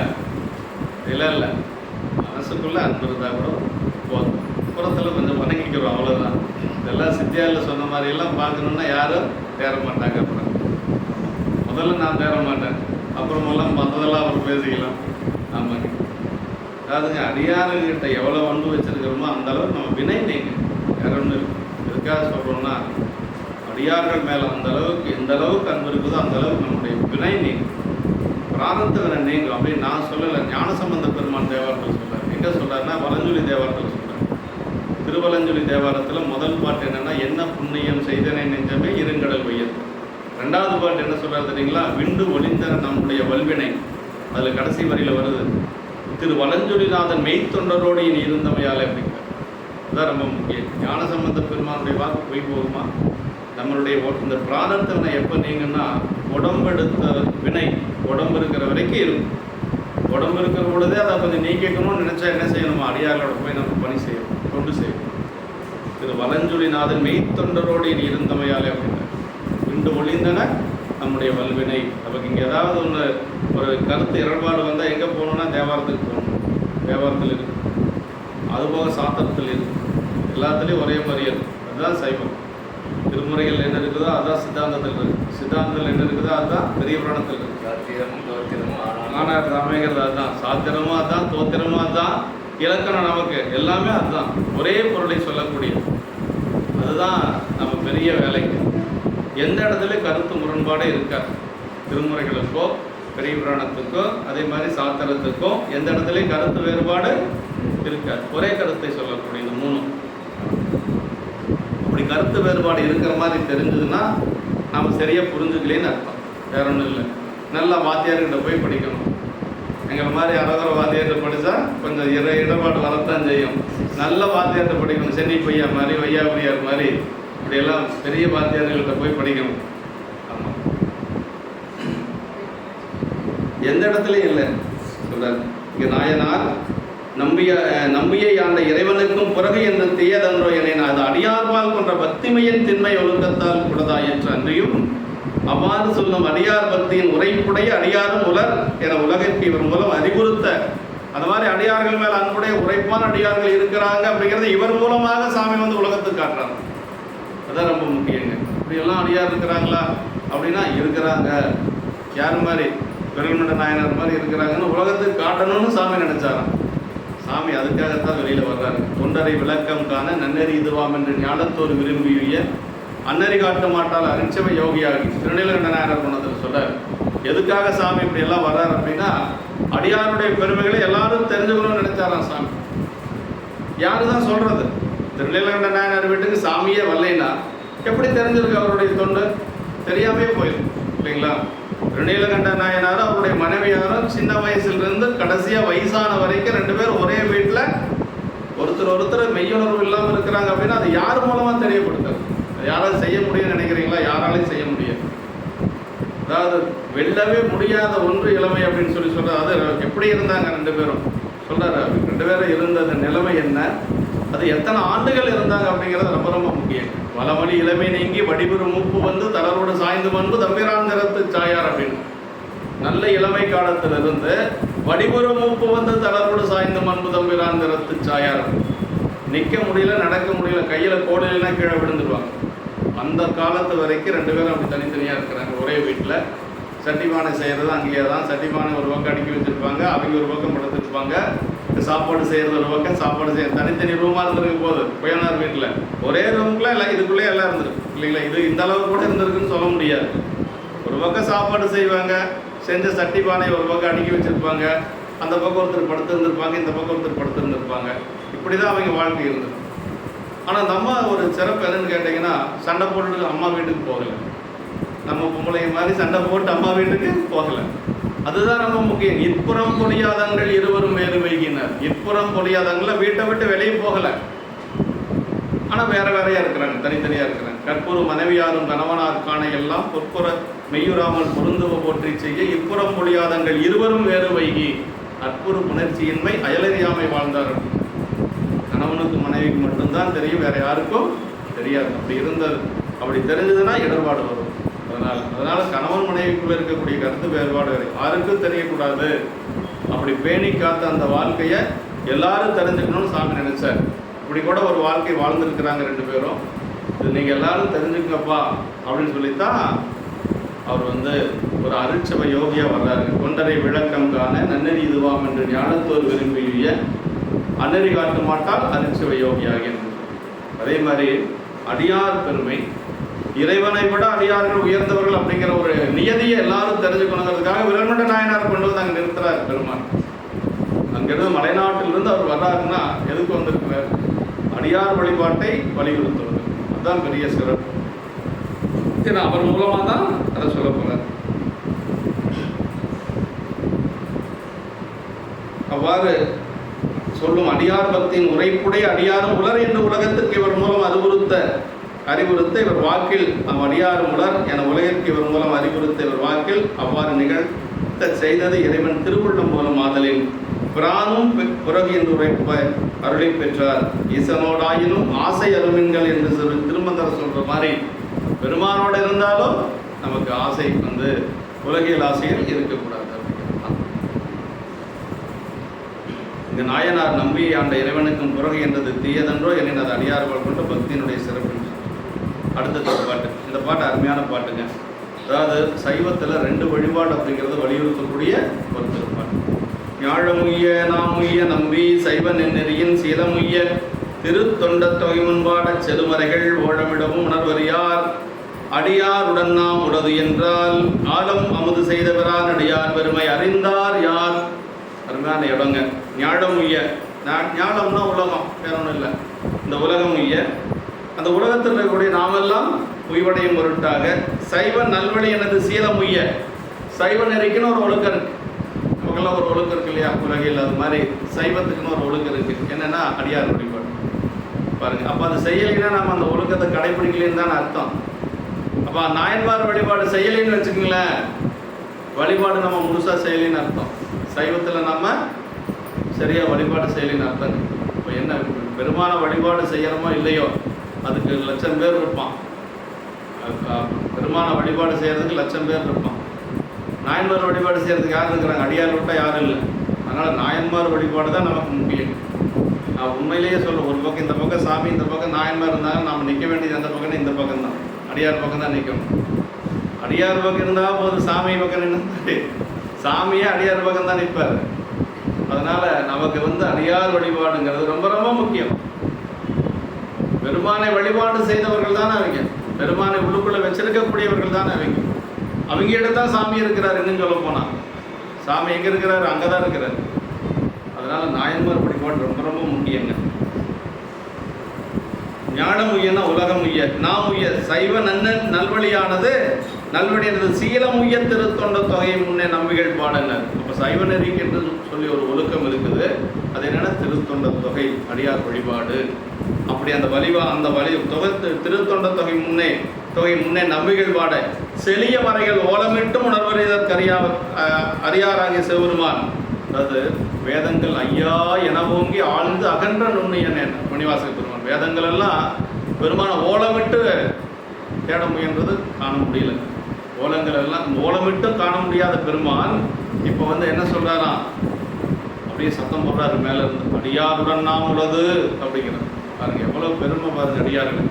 அப்படின்னா இந்த அடியாருடைய பெருமைகளை யாரால சொல்ல முடியும் அப்படிங்கிறார் சேக்கிழார் பெருமான். அடியாருடன் நாம் உள்ளது என்றால் ஆலம் அமுது செய்த பிறான் அடியார் பெருமை அறிந்தார் யார். அவ்வளவு பெருமையுடையது இந்த அடியார் வழிபாடு. திருத்தொண்ட தொகை நம்பி பாடென்றார். தொகை பாடியதனால் சைவ நெறியின் சீலம் உய்ந்தது. ஆமாம், அது வரைக்கும் சைவ நெறிக்கு என்று சொல்லி ஒரு சீலம் கிடையாது, ஒழுக்கம் கிடையாது. நம்பிகள் வந்ததுக்கு பிறகுதான் அந்த திருத்தொண்ட தொகை நமக்கு வந்ததுங்க. அதற்கு முன்னாடி அடியார் பெருமைகள் அங்கங்கே தேவாரத்தில் இருக்கு, ஆனால் அங்கங்கே கொஞ்சம் இருந்தது. அதை அப்படியே ஒரு வகைப்படுத்தி கொண்டு வந்த பெருமை நம்முடைய சுந்தரமூர்த்தி சுவாமிகள் பெருமான அவரா இந்த மண்ணுலகத்துக்கு கொண்டு வந்தது. மாதவம் செய்த தென்திசை வாழ்ந்திட வீதில்லா திருத்தொண்ட தொகை தர பொதுவார் அவர் மேல்மனம் போக்கிட காதல் மாதரும் காட்சியில் கண்ணினார். மேலே இருக்கக்கூடிய ஒருத்தரை கீழே அனுப்புறதுன்னா ஒரு காரணம் வேணும் இல்லையா? அதனால தான் அந்த 2 பெண்களை பார்க்குற மாதிரி சாமி திருவருள் செஞ்சார். இவரே பார்க்கலை. அதான் கமலினி அணிந்ததை பார்த்ததுக்கு என்ன காரணம்னா கீழே வர்றதுக்கு அனுப்புறதுக்கு ஒரு காரணம் வேணும். அப்படி அதனால் பார்க்குறார். அதுக்கு என்ன காரணம்? மாதவம் செய்த தென்திசை வாழ்ந்திட தீதில்லா திருத்தொண்ட தொகை தரன்னு. இப்போ திருத்தொண்ட தொகை வர வரைக்கும் அடியார் வழிபாடு அவ்வளவு சிறப்பாக இல்லை இந்த மண்ணுலகத்தில். நம்பிகள் வந்ததுக்கு பிறகுதான் அடியார் வழிபாடு நாயன்மார் வழிபாடெல்லாம் வந்தது. 63 நாயன்மார்கள் 9 தொகையடியார்கள் என்று சொல்லி வகைப்படுத்தி வழிபாடு செய்த ஒரு பெருமை திருத்தொண்ட தொகைக்கு தான் உண்டுங்க. அதுக்கு முன்னாடி அங்கங்கே தேவாரத்தில் இருந்தது. அப்பர் சாமிகள் தேவாரத்தில் சொல்கிறாரு, எவரேனும் தாமாக விளையாட திட்ட திருநீரும் சாதனமும் கண்டால் உள்கி. அப்புறம் திருமந்திரத்தில் நிறைய அடியார்களை பற்றி வருது, திருவாசகத்திலே அடியார்களை பற்றி வந்திருக்கு. நிறைய வந்திருந்தாலும் கூட ஒரு முறையாக ஒரு கோர்வையாக அப்படி கொண்டு வந்தது திருத்தொண்ட தொகை தான் அப்படிங்கிறதுல எந்த ஒரு மாற்று கருத்தும் நமக்கு இல்லைங்க. தொகை பாடியதனால் சைவ நெறியின் சீலம் உய்ந்தது. அது உய்யவே நாம் உய்ந்தோம், நாம் உய்யவே ஞானமும் உய்ந்தது என்று காரிய காரணம் தொடர்படுத்தி சொன்னார்கள். சைவ நெறி கிடைபெறாமல் நெறியின் சீலம் அதன் நல்லொழுக்கம் இங்கு அடியார் முனையை குறித்தது. அதுவே இப்பிராணத்தினில் எடுத்து காட்டப்பெறும் உயர் குறிக்கோள். உண்மை நூல்களின் உட்குறிப்பு ஞானம் தான் பரவப்படுகின்ற நான்மறை அங்கம் மோதிய நாவன் என்று சொல்றார். சீலமுயர்ந்த ஒழுக்கம் உலகத்தில் நிலைபெறுதல் திருத்தொண்ட தொகையினால் உண்டாயது. சீலம் நிறைவேறுதலாவது, அதாவது சீலம் அப்படின்னா ஒழுக்கம் இல்லைங்களா? இப்போ சமயத்துக்குன்ட்டு ஒரு ஒழுக்கம் அடியார் வழிபாடு என்று சொல்லி, சைவ சமயத்தில் ஒரு ஒழுக்கம்னா அடியார் வழிபாடு என்று சொல்றார். ஞானசம்பந்த பெருமான் புராணத்தில் ஒரு சென்ற காலத்தின் பழுதுலா திறமும் இனி எதிர்காலத்தின் சிறப்பும் இன்றெழுந்தருளப் பெற்ற பேரதனால் எற்றைக்கும் திருவருடையும் நன்றியில் நெறியில் அழுந்திய நாடும் நற்றமிழ் வேந்தனம் முய்ந்து வென்றிகள் திருநீற்றொழியின விளங்கும் மேன்மையும் படைத்தனம் என்பார். அது மாதிரி அந்த சென்ற காலத்தின் பழுதுலா திறமும் எதிர்காலத்தின் சிறப்பும் திருத்தொண்ட தொகை பாடியதுனால இந்த உலகத்திற்கு சைவ உலகத்துக்கு கிடைச்சிருக்கு.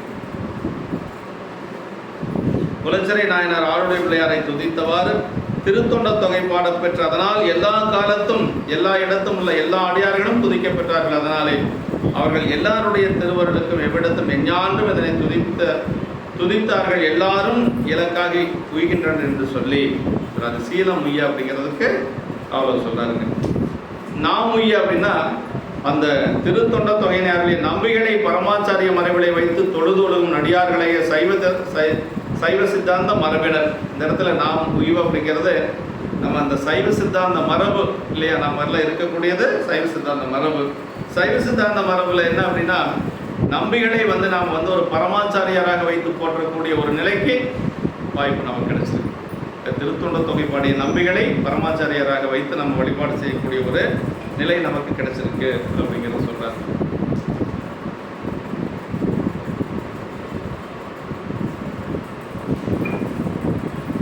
ஆசார உபதேச பயன் முதற்கனே அவரை ஆசாரியராக கொண்டு ஒழுகும் பரம்பரையினருக்கே ஆகும். ஆதலின் சீலமுய் என்றதை எந்தடுத்து நாம் உய்ய அப்படின்னு சொல்லி சொன்னார். இப்போ நாம் உய்யன்னா நம்மெல்லாம் அந்த பரம்பரையிலே ஆச்சாரிய அந்த சைவ பரம்பரையிலே வந்த நாமெல்லாம் உய்வடைய வேண்டும் என்பதற்காக என்று சொல்லி நாம் உய்ய அப்படின்னு சொல்லி சொல்றார். அப்புறம் ஞானம் உய்ய சைவ மரபொன்றே தமிழின் புற உலகின் புறக்கண்டு காமுறுவாதல் அதனை அடுத்து நம்மால் சைவ சித்தாந்த மரபிலே ஞானம் உய்ய என்றார் என்று சொல்லி சொல்றார். இப்படி ஒன்றுக்கொன்று தொடர்படுத்தி சொல்ல திருத்தொண்ட தொகை தான் இந்த உலகம் விளங்குவதற்காக பாடப்பட்டது என்று சொல்லி சொல்றார்.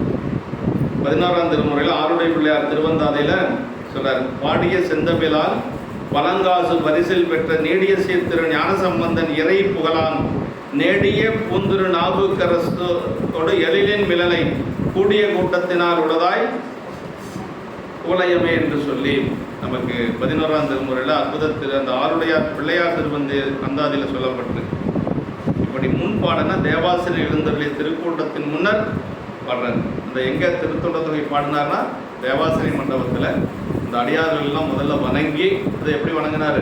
தூரத்தே திருக்கூட்டம் பலமுறையால் தொழுது சேரத்தார்ந்து எழுந்தருகு சென்றெய்தி நின்றலியா பிறத்தார் எல்லாருக்கும் தனித்தனி வேறடியன் என்று ஆர்வத்தால் திருத்தொண்ட தொகை பதிகம் இருந்துச்சு. இப்படி வணங்க செஞ்சார்னா முதல்ல திருக்கூட்டத்தை வணங்கினார். மொத்தமாக அவ்வளோ தூரத்துக்கு இருக்கிற பொழுது வணங்கினார். பக்கத்தில் போய் மீண்டும் வணங்கினார். அப்புறம் ஒவ்வொருத்தரையும் போய் தனித்தனியாக பேரை சொல்லி வணங்கினார். யார்? சுந்தரர். எல்லாத்தையும் போய் அப்படி பேரை சொல்லி பணிந்து வணங்கி அப்புறம் திருத்தொண்ட தொகை பணிந்து எல்லா இந்த திருத்தொண்ட தொகையில் இருக்கக்கூடிய அத்தனை அடியார்களுமே அங்கே தேவாசிரியர்கள் இருந்தாங்கன்னு சொல்ல முடியாது. காலத்தால் வேறுபட்டவர்கள் இல்லைங்களா? நம்பிகளுடைய காலத்துக்கு முற்பட்ட அடியார்கள் தான் அதிகம். ஆனால் ஒரு சில அடியார்கள் அங்கே இருந்திருப்பாங்க. இவருடைய காலத்தில் இருந்த அடியார்கள் யாருன்னா நமக்கு பொற்புடி நாயனார் இவர் காலத்தவர், சேரமான் பெருமாள் நாயனார் இவர் காலத்தவர், அதே மாதிரி சோமாசிமார நாயனார் இவர் காலத்தவர். இப்படி சில நாயன்மார்கள் மட்டும் இவருடைய காலத்தில் இருந்த பெருமக்கள். ஏயர்கொண்டளிக்காம நாயனார் இவருடைய காலத்தில் தான். இப்படி ஒரு சில நாயன்மார்கள் இருந்திருப்பாங்க. மற்றதெல்லாம் காலத்தால் முற்பட்டது. ஆனால் அங்கிருந்த அடியார்களெல்லாம் வணங்கி கொண்டு தான் தனித்தனி வேரடியன் என்று அப்படிங்கிறது முக்கிய. தூரத்தே திருக்கூட்டம் பலமுறையால் தொழுதுன்னு அப்படின்னு திருக்கூட்டத்தை முதல்ல அஷ்டாங்கமாக விழுந்து வணங்குறார். அப்புறம் பஞ்சாங்கமாக விழுந்து வணங்குறார். அப்புறம் தனித்தனியாக போய் ஒவ்வொருத்தராக வணங்குறார். இப்படியெல்லாம் வணங்கிட்டோன்னா நம்ம கோயிலுக்கே வரமாட்டோம். எனக்கு நிறைய வேலை இருக்குதுங்க, அப்புறம் பார்க்கலாங்க அப்படின்னு சொல்லிடுவோம் இல்லையா? ஆனால் சுந்தரர் பாருங்கள், ஒரு ராஜாங்க, ஒரு இளவரசர், திருமுனைப்பாடி நாட்டினுடைய இளவரசர், ஒரு ஆதிசைவ கோத்திரத்தில் பிறந்தவர், சிவபெருமானுக்கே தோழர். ஆனால் எப்படி வணங்கியிருக்கார் பாருங்க. இதான் நமக்கு பாடம் சொல்லி கொடுக்குறாரு. வேற ஒன்றும் இல்லை, அவர் நமக்கு பாடம் சொல்லி கொடுக்குறாரு. நம்ம 4 பேர் இருந்தால் வணங்க மாட்டோம், வெக்கமாக இருக்கு. நம்ம எதாவது நினச்சிட்டாங்களே என்ன பண்ணுறது? ஒரு சொந்தக்காரர் யாராச்சும் இருந்தாங்கன்னா அடியாரில் பார்த்தா வணங்க மாட்டோம் இல்லைங்களா? அவர் எதாவது நினச்சிக்குவாங்க, சம்மந்தியெல்லாம் இருக்கிறார், எதாவது நினச்சிக்குவார் அப்படின்னு. அப்படி தான் எங்கள் கோகுல் கல்யாணத்தில் ஆயிடுச்சு. எங்கள் சம்பந்தாருடைய அன்னார் எம்பி, எக்ஸ் எம்பி.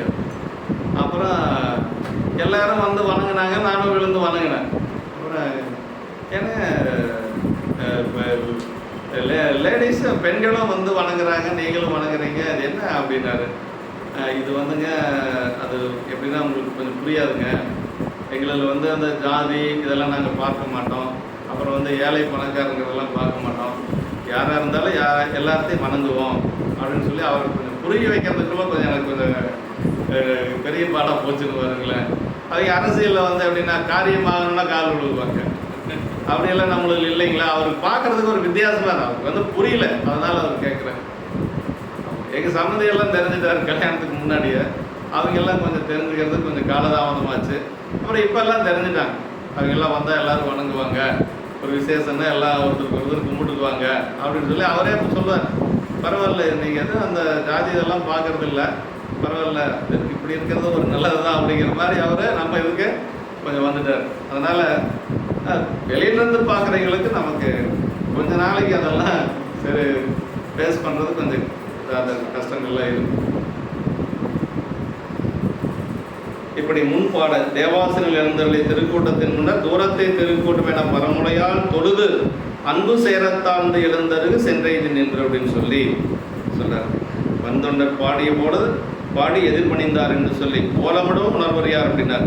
அப்படின்னா மயக்கரு மறையோலமிட்டு மாலையம் தேட நின்றான்னு இயல்பகனாக நறுமணத்தில் வரும். அது மாதிரி வேதங்கள் பெருமானை ஓழமிட்டு காண முடியாத பெருமான் இப்போ இங்கே வந்து இப்படி சொல்கிறார். எப்பா அடியாருடன் தான் உலது அப்படின்னு சொல்லி ஆளும் பெருமானே சொல்கிறாருன்னா அது அடியாருடைய பெருமை எந்த அளவுக்கு இருக்குன்னு சேக்கிழ பெருமான் கேட்குறார். அடியாருடன் தான் உலது என்றால் நாம் உள்ளது அடியார்களுடனே வெல்மண்டர் உரைத்தபடி நாம் இருப்பது அவர்களுக்கு புறம்பே அன்று உடனே யாம் என இறைவன் கூறியருளியபடி அது இறைவன் அடியாருடனே கலந்து நிற்கும் அத்துவிதத்தன்மை குறித்தது. பாருங்க எப்படி உரையெழுதுறார் உரையாசிரியர். அத்துவிதம் என்னன்னா பிரிக்க முடியாது இருக்கக்கூடியது அத்துவிதம். பாலும் தண்ணியும் கலந்த எப்படி இருக்கும் அத்துவிதம். பொருளால் 2 கலப்பால் 1. பாலை தனியாக தண்ணியும் தனியாக பார்க்க முடியாத மாதிரி பெரும்பாலும் அடியார்கள் இருக்கக்கூடிய நிலை அந்த கலப்பு என்னன்னா அத்துவித கலப்புன்னு. அது அத்துவித கலப்பு. அந்த அளவுக்கு இறைவன் வந்து அடியார்களோட கலந்துருக்கிறார். அடியாரும் சிவபெருமானும் கலந்துருக்கக்கூடிய அத்துவித கலப்பு. உமையமே சிவபெருமான் இருக்கக்கூடியது தாளான்மைய சம்பந்தம். தாளான்மைய சம்பந்தம்னா ஆமாம் ஒரே பொருள். அதாவது தீ அப்படின்னா தீ அதில் இருக்கக்கூடிய சூடு ரெண்டையும் பிரிக்கவே முடியாது இல்லைங்களா? அது மாதிரி குணமணி தத்துவம். அப்படி நம்மளுடைய கலப்பு ஒன்று. அதே மாதிரி அதாவது ஒட்டிட்ட பண்பின் உருத்தர வல்கணத்தாருக்கு அட்டிட்டல் காணாது போதிய பூம்பாவாயின்னு அந்த மயிலை பதிகத்தில் வருது இல்லைங்களா? அது என்னென்னா மட்டிட்ட புண்ணியம் காணும் மடமயிலை பதிகத்தில் ஒட்டிட்ட பண்பின் உருத்தர வல்கணத்தார்னா அந்த ஒட்டிட்ட பண்புங்கிறதுக்கு சிவகணிய உரை சொல்கிறார். அத்துவிதமாக கலந்த அடியார்கள் அப்படின்னு சிவபெருமானோடு அத்துவிதமாக கலந்த அடியார்கள் அப்படிங்கிறது ஒட்டிட்ட பண்பு அப்படிங்கிறதுக்கு அந்த மாதிரி உரை எழுதியிருப்பார். அந்த மாதிரி இங்கே வந்து அப்படி கலந்து நிற்றல் இந்நிலை அடியார்களுக்கு மட்டுமே என்று எல்லோருக்கும் ஒக்குமை எனின் ஒவ்வாது. அடியாருடன் வெளிப்பட உடனாய் நிற்பன் என்கின்ற சொல்லி அவருரை தனதுரையாக உரைப்பன் அவர் செயல் தன் செயலையாக செய்வன் அவர் கரணங்களை தனது சிவகரணங்களால் ஆக்குவன் என்று சொல்லி அடியார்களுடைய கரணங்களை சிவகரணங்களாக பெருமான் மாற்றுவார் இல்லைங்களா? அப்படித்தான் இப்போ செய்திருக்கிறார். இப்போ சுந்தரமூர்த்தி சுவாமிகள் இங்கே வந்து குழந்தைய இறந்து போன அந்த முதலை உண்ட பாலகனை 2 ஆண்டுகள் கழித்து மீட்டு அந்த 2 ஆண்டு வளர்ச்சியோடு கொடுத்தார் இல்லையா? அதான் ரொம்ப முக்கியம். அது எப்படி கொடுக்க முடிஞ்சது? இன்றைக்கி யாராவது கூப்பிட்டு அந்த மாதிரி பதிகத்தை பாடி செய்ய சொன்னால் செய்வாங்களா அப்படின்னா செய்ய முடியாது. ஏன் செய்ய முடியாதுன்னா அதுக்கு திருக்கல்விப்படியாரில் சொல்கிறாரு ஆசிரியர் என்ன சொல்கிறாருன்னா பாலை நெய்தல் பாடியதும் பாம்புலிய பாடியதும் அந்த முதலை உண்ட பாலனை மீட்டதும் என்ன சொல்கிறாருன்னா நம் கரணம் போல் அல்லாமைக்கான் அப்படின்னாரு. அது சிவகரணம். நம்மளுடைய கரணம் பசுகரணம். அவங்க சுந்தரருடைய கருவிகரணங்கள் எப்படி இருந்ததுன்னா சிவகரணங்களாக இருந்தது. ஞானசம்பந்த பெருமான் பாலை நிலத்தை நெய்தலாக மாற்றினார்னா சிவகரணங்களாக இருந்தது. அப்பர் சாமிகள் அந்த விசந்தீண்டிய 60 இண்டிய மூத்த திருநாவுக்கரசை எழுப்பி கொடுத்தாருன்னா அது அவங்களுடைய கரணங்கள் சிவகரணங்களாக இருந்தது. அதான் நம் கரணம் போல் அல்லாமைக்கான் அப்படின்னு சொல்லி திருக்கல்விப்படியார் சொல்லுது. அப்படின்னா சிவகரணங்கள் அவங்களது, நம்மளது பசுகரணங்கள். 2க்கும் வித்தியாசம் இருக்கு. தான் செய்யும் தன்மைகளும் ஆக்கியிடும் அன்பர்க்கு அவன் என்று சொல்லி சாத்திருக்கு. இவ்வாறு கலந்துள்ளமை அடியாருடன் உள்ளதென்று தில்லைவாழ் அந்தரதும் அடியாருக்கும் அடியேன் என முதலெடுத்து கொடுத்ததுனாலும் இறைவன் அடியாருடன் உளராயினார். தில்லைவாள் அப்படின்னு சொல்லி அடி எடுத்து கொடுத்துருக்கலாம், தில்லைவாழ் அந்தரன் அடியா எடுத்து கொடுத்துருக்கலாம். ஆனால் அப்படி எடுத்துக்கலாம். தில்லைவாழ் அந்தரதும் அடியாருக்கும் அடியேன் அவரும் அடியாரோட ஒன்றா இருக்கு. அதுதான் ரொம்ப முக்கியம். தில்லைவாழ் அந்தரதும் அடியாருக்கும் அடியேன் அப்படின்னார். அதான் அதை வைத்து கொண்டு தான் என்ன சொல்கிறாங்க அப்படின்னா அந்த திருத்தொண்ட தொகையை மட்டும் 2 பேரும் சேர்ந்து பாடிய திருப்பதிகம் சிவபெருமானும் சுந்தரரும். அதான் சொல்றார் தம்பிரான் தோழர் அவர் தாம் முடிந்த தமிழ் முறையை எம்பிரான் தவர்கள் திருத்தொண்டு ஏத்தல் உற்றார் என்று சொல்லி தம்பிரானும் அவர் தோழராகிய சுந்தரரும் சேர்ந்து பாடிய திருப்பதிகம் திருத்தொண்ட தொகை. ஒரு தொடரை எடுத்து கொடுக்குறாரு இல்லையா? அதற்கு பிறகு திருநீலகண்டத்துக்கு எவனார் கடியன்னு சொல்லி அவர் பண்றாரு. இந்த மாதிரி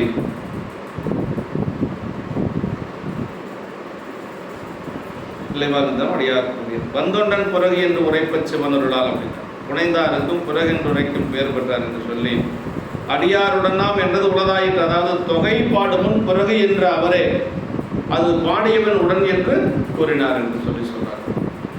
முன்னர் பிறகு என்னவும் உடன் என்னவும் அவரே வல்லவர் என்று பொருள் கூறுவார் என்றும் ஞாழமுய என்பது வேதநெறி என்றும் நாமுய என்பது ஆகம நெறியாகிய பக்தி நெறி என்றும் இந்த 2 சீலங்களை உலகுக்கு உணர்த்துவதே சைவ நெறி என்றும் வேத நெறியால் வாக்கும் சைவ நெறியால் காயமும் பக்தி நெறியால் மனமும் நெறிப்பட்டுள்ளது முறை காட்டுவது திருத்தொண்ட தொகை என்று விசேட உரை கூறுவார் உண்டு என்று சொல்லி சற்கனிய உரையில் சொல்லியிருக்கிறார். இப்படி ஆழம் அமுது செய்தவரான் அடியார் அப்படின்னார். அடியார் பெருமை அப்படின்னார். ஆழத்தை அமுதமாக செய்தது போல் புறகு என்ற தீய மொழியை கொண்டு திருத்தொண்ட தொகையினையும் அடியார் உடனாம் உலது என்ற அருள்மொழியினையும் ஆக்கி அருளாளன் என்று சொல்லி ஆழத்தை எப்படி அமுதமாக்கினான பெருமான், அது மாதிரி புறகு என்று சொல்லக்கூடிய அந்த தீய மொழியை திருத்தொண்ட தொகையாக மாற்றிய பெருமை அடியார் பெருமானுக்கு உண்டு. பிரான் அடியார் பெருமை விரும்புகின்றது பெருமை. ஆழத்தை அமுதமாக்கிய தமது பிரானை போலவே புறகு என்ற நம்பிகளை வேறடியாராகவும் தேசமுய திருத்தொண்ட தொகை முனைத்த ஆச்சாரியாராகவும் ஆக்கிய பெருமையுடையார் என்பது குறிப்பு என்று சொல்லி அடியார் பெருமை பிரான் அடியார் பெருமைங்கிறதுக்கு சொல்றார். பிரான் அடியார்னா இங்கு தேவாசிரிலிருந்து புறகின்ற விரல்மிண்டர் பெருமை என்றும் அங்கு மொழி கேட்டு பிழையுள் உடன்பட்டார் போன்று உடனாம் உள்ளது எனவும் தனித்தனி வேறு அடியேன் எனவும் கூறிய பிரானும் அடியாரும் நம்பிகளும் ஆகியவர் பெருமை என்றும் இருதிரமும் குறிப்பிட்டு சொல்லியிருக்கிறார். இதை ஒரு வைத்த அழகும் காண்க என்று சொல்லி சொல்றார். அப்படி அடுத்த திருப்பாட்டில் இப்போ சாமி என்ன சொல்லியிருக்காரு? அடியாருடன் நாம் உலது, அதை புறகுன்னு சொன்ன அந்த சொல்ல எப்படி மாற்றிருக்காரு? உலது அப்படின்னு சொல்லி மாற்றிருக்கிறார். அது மட்டுமல்ல, திருத்தொண்ட தொகை வருவதற்கு அந்த புறகுங்கிறது தான் காரணமாக இருந்தது. புறகு என்று சொல்லக்கூடிய தீய மொழி திருத்தொண்ட தொகை வருவதற்கு காரணமாக இருந்தது. அது மட்டுமல்ல, அந்த அடியாருடன் நாம் உலது என்பதற்கும் அந்த சொல்லுதான் காரணமாக இருந்தது. இறைவனே அடியார் கூட இருக்கிறேன்னு சொல்றதுக்கு அந்த ஒரு புறகுங்கிற சொல் காரணம். அதான் பெற்றார் மீண்டும் பெற நின்றார் அப்படின்னு சொல்லி சொல்றார். மொக்க நெடுநாளில் இவ்வுலகில் உயர்ந்த சைவ பெருந்தன்மை தொக்க நிலைமை நெறி போற்றி தொண்டு பெற்ற விரல் மிண்டர் தக்க வகையால் தம்பெருமான் அருளினாலே தாழ் நிழல் கீழ் மிக்க கணநாயகராகும் தன்மை பெற்று விளங்கினார். எல்லாம் முடிஞ்சு கடைசியாக அவர் சிவகணநாதராக பெருமை பெற்றார். அப்படிங்கிறது கைலாயத்துக்கு போய் இப்படி அடியார் தொண்டு செஞ்சுட்டு இருந்ததுனால அடியார்களுக்கெல்லாம் அடியாரை வணங்குனதுனால இப்போ அடியார்களாக தலைவராக போயிட்டு இருப்பாருங்களேன். இப்போ சாமி எங்கே கொண்டு போய் வைக்கிறாரு பாருங்க. அடியாரை வணங்கினா அடியாருக்கு தலைவராக இருக்குது. அடியார் வணங்கிட்டு தான் இருந்தார் இந்த மண்ணுலகத்தில். அங்கே சிவலோகத்தில் சிவகணங்களுக்கெல்லாம் தலைவர் கணநாதர், கணநாதரம் தன்மை பெற்றார் அப்படின்னு சொல்லி சொன்னார். இது போலவே பலகாலம் இவ்வுலகிலே உயர்ந்த பெருந்தன்மைகள் யாவும் கூடிய நிலையாக சைவ நெறினை பாதுகாத்து திருத்தொண்டு செய்யும் பேறு பெற்று வாழ்ந்த விரல்மிண்ட நாயனார் தமது திருத்தொண்டனுக்கு பொருந்திய வகையினாலே கணநாயகராகும் நிலையை பெற்று திருவடி நிழல் கீழ் விளங்கினார். அப்படின்னு அடியாரை வணங்கினா தான் நாம் அங்கே மேலே போய் தலைவராக முடியும். இங்கே நான் தான் தலைவர்னு சொல்லிட்டு இருந்தோம்னா மேலே போய் எந்த நிலைமைக்கு போகணும்னு யாருக்கும் தெரியாது. ரொம்ப ஜாக்கிரதையாக இருக்கணும் சைவத்தில். எந்த நிலைக்கு வந்தாலும் நம்ம அந்த அடியார் அந்த பணிவு அப்படிங்கிறது நம்ம மனசில் இருந்துகிட்டே இருக்கும். அதுதான் ரொம்ப முக்கியம். இந்த ஒரு பெரிய உயர்ந்த நிலைக்கு நாம் வந்துட்டோம்னு நம்மளே நம்ம நினச்சிக்கூடாது. நினச்சிட்டோம்னா முடிஞ்சு போச்சு. எதையாவது எங்கேயாவது ஒரு பக்கம் அடித்து அமைச்சுக்குவாரு வச்சுருவாரு. ரொம்ப ஜாக்கிரதையாக இருக்கணும் சைவத்தில். மற்ற சமயம் வேறு, நம்ம சைவ சமயம் வேறு. வாழ்வினும் மையல் விட்டு வறுமையாம் சிறுமை தப்பி தாழ்வினும் தன்மையோடும் சைவமாம் சமயம் சாதல் ஊழ்பெறல் அறிந்துட்டாரு. எல்லாருக்குனாலே முடியாது அப்படின்ட்டாரு. யார்? அருளந்தி சிவாச்சாரியார். வாழ்வனும் மையல் விட்டு வறுமையாம் சிறுமை தப்பி தாழ்வனும் தன்மையோடும் சைவமாம் சமயம் சார்தல், அதோட விட்டுருக்கலாம் இல்லை. ஊழ்பெறல் அறிதுன்றார். அப்படி தாழ்மையோடு இருக்கிறது ரொம்ப ரொம்ப அரிது. பெரியவங்களால முடியாது. கொஞ்சம் மேலே வந்துடும், மேலே ஏறிக்கும். அது ஏறாமல் இருக்கிறது அப்படிங்கிறது ரொம்ப ரொம்ப அரிது அப்படின்னு. ஊழ்பெறல் அரிது அப்படின்னு.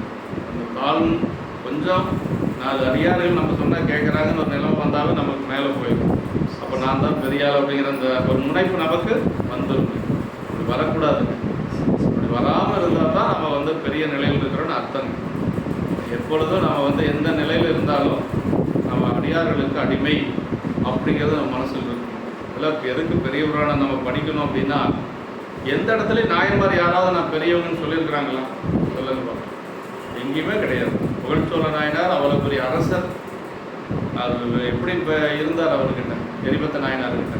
எரிபத்த நாயனார் சாதாரணமான தொண்டர் தான். ஆனால் அவர் பெரிய அரசர்.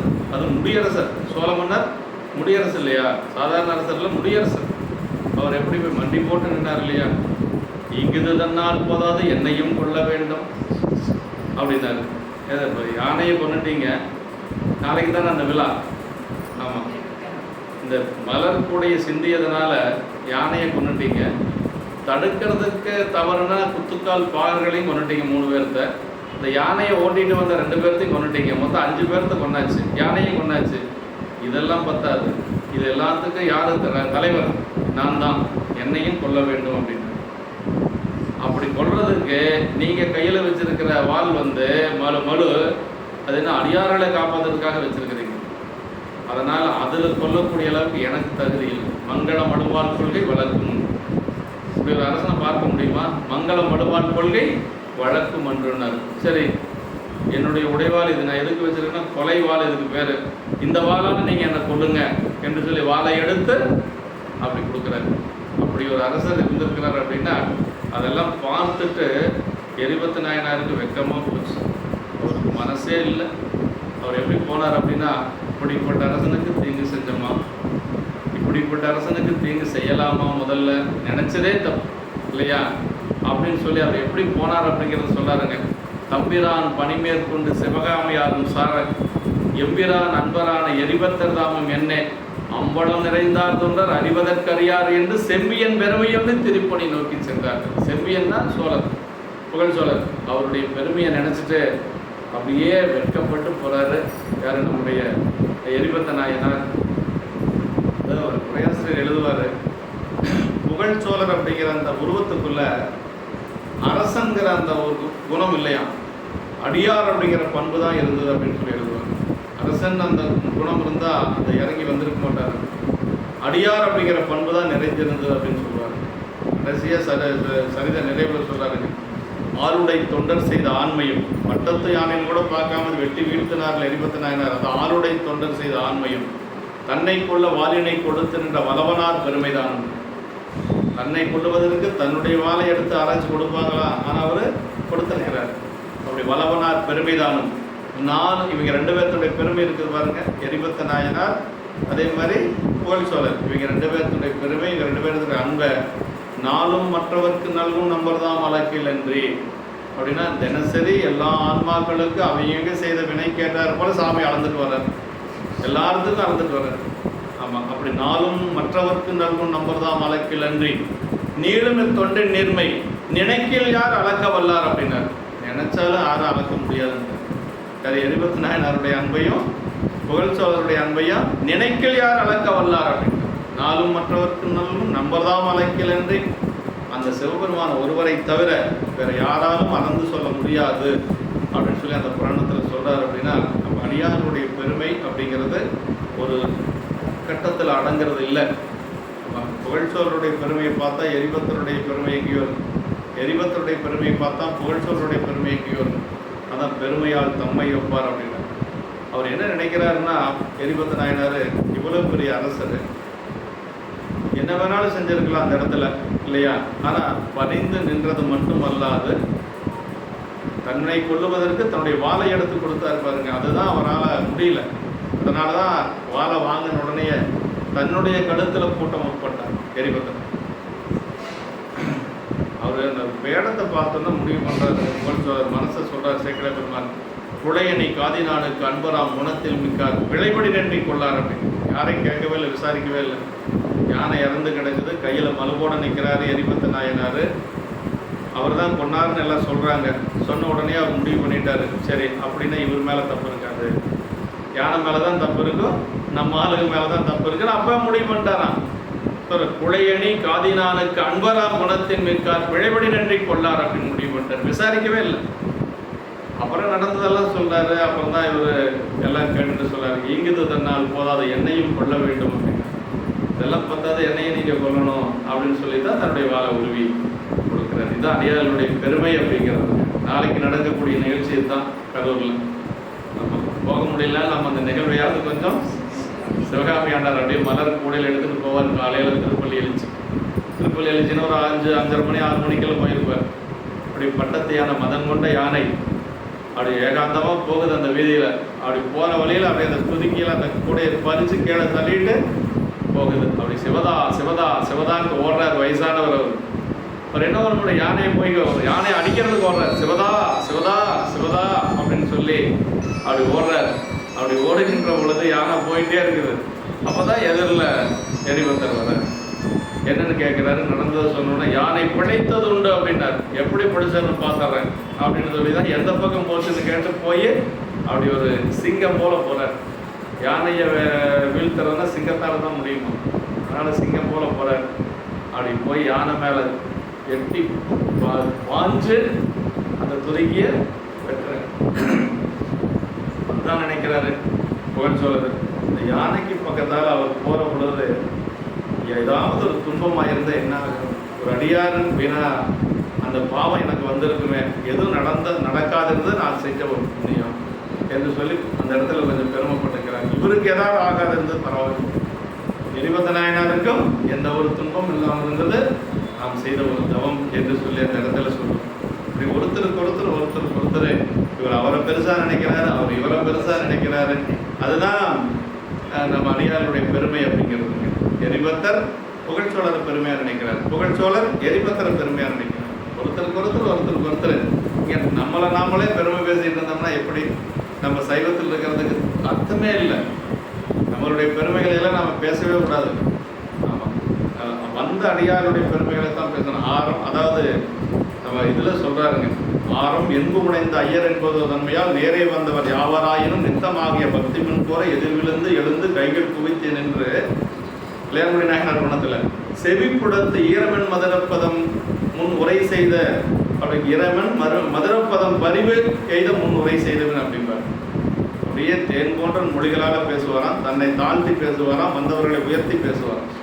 அது இளையான்குடி மாறன் நாயனார். இப்படிதான் அடியார்கிட்ட பேசணும்னு சொல்லி அந்த புராணத்தில் சொல்றாரு சேக்கிழார். நேரே வந்தவர் யாவராயினும் நித்தமாகிய பக்தி முன் போறேன்னு எந்த அடியாராக இருந்தாலும் சரி அப்படிதான் பேசுவாராம். அப்படியெல்லாம் நமக்கு ஒழுக்கம் சொல்லப்பட்டு இப்போ கணநாயகராகக்கூடிய தன்மை பெற்றார். பல காலம் இந்த உலகிலே உயர்ந்த பெருந்தன்மைகள் யாவும் கூடிய நிலையாக சைவ நெறியினை பாதுகாத்து திருத்தொண்டு செய்யும் பேறு பெற்று வாழ்ந்த விரல்மண்ட நாயனார் தமது திருத்தொண்டினுக்கு பொருந்திய வகையினாலே கணநாயகராகும் நிலைமையினை பெற்று திருப்படி நிழல் கீழ் விளங்கினார் என்று சொல்லி அடியாரை வணங்கினதுனால அடியார்களுக்கெல்லாம் தலைவராகக்கூடிய நிலையை பெற்றார்.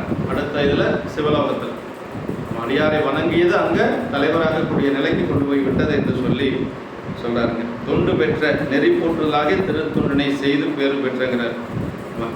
நெறி போற்றுதலாக திருத்தொண்டினை செய்யும் பேறு பெற்ற என்று சொல்லி திருக்கூட்டத்தை எதிர்முன் பரவும் அருள் பெற்று இறைவர் பாதம் தொலை பெற்றார். இவருடைய சிறப்பு என்னன்னா அடியார்களை வணங்கி அப்புறமா சிவபெருமானை வணங்குவது என்று சொல்லி ஒரு நிலையில் இருந்தவர் விரல்மண்ட நாயனார் என்று சொல்லி சொல்றார்.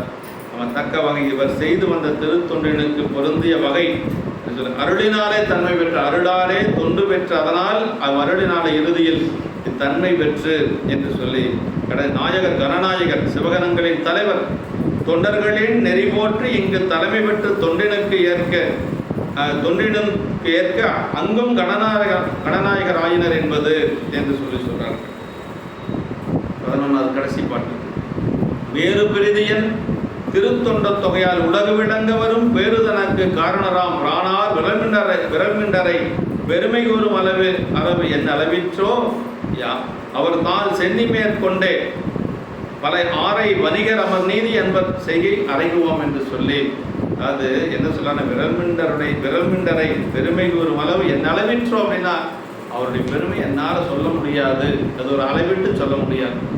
அவருடைய பெருமை இதை விட அதிகம். ஆனால் நான் சொன்னது ரொம்ப ரொம்ப குறைவு. அளவில்லாத பெருமையராக அளவில்லா அடியார் புகழ் கூறுகேன். பாயிரத்தில் அளவில்லாத பெருமையராகிய அளவில்லா அடியார் புகழ் கூறுகேன் அளவு கூட உரைப்பதாயினும் அளவிலாசை துறப்பு அறைகுவேன் அப்படின்ட்டு. அடியாருடைய பெருமை அளவிட்டு சொல்ல முடியாது.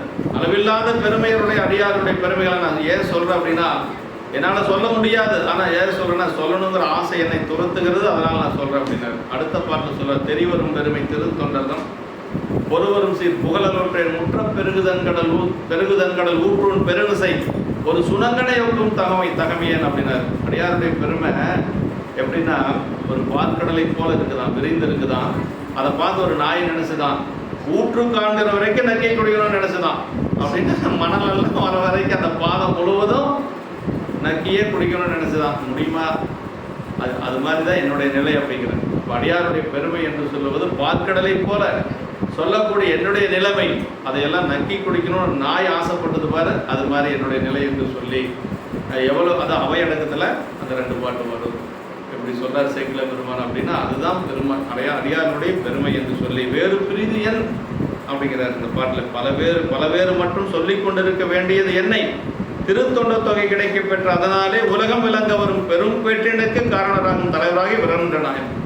நமக்கு திருத்தொண்ட தொகை கிடைக்கிறதுக்கு யார் காரணம்? விரண்ட நாயனார். அந்த புறகுன்னு சொன்னாதான் திருத்தொண்ட தொகை வந்தது. ஆமாம், புறகு என்று உரைப்ப சிவனருளாலேனர் இல்லையா? அந்த புறகுன்னு சொன்னது திருத்தொண்ட தொகை நமக்கு வந்தது. அப்படி பெரும் பேற்றினுக்கு காரணராகும் தலைவராகி விரண்ட நாயனாரின் பெருமையை எடுத்து சொல்லும் அளவு என் அளவுக்குள் அமையுமோ? அவருடைய பெருமை என்னால் சொல்ல முடியுமா அப்படின்னு என்ன அர்த்தம்? முடியாதுன்னு அர்த்தங்க. முடியுமோன்னா முடியாதுன்னு அர்த்தங்க. ஓங்காரம் வந்ததுன்னா முடியாதுன்னு அர்த்தங்க.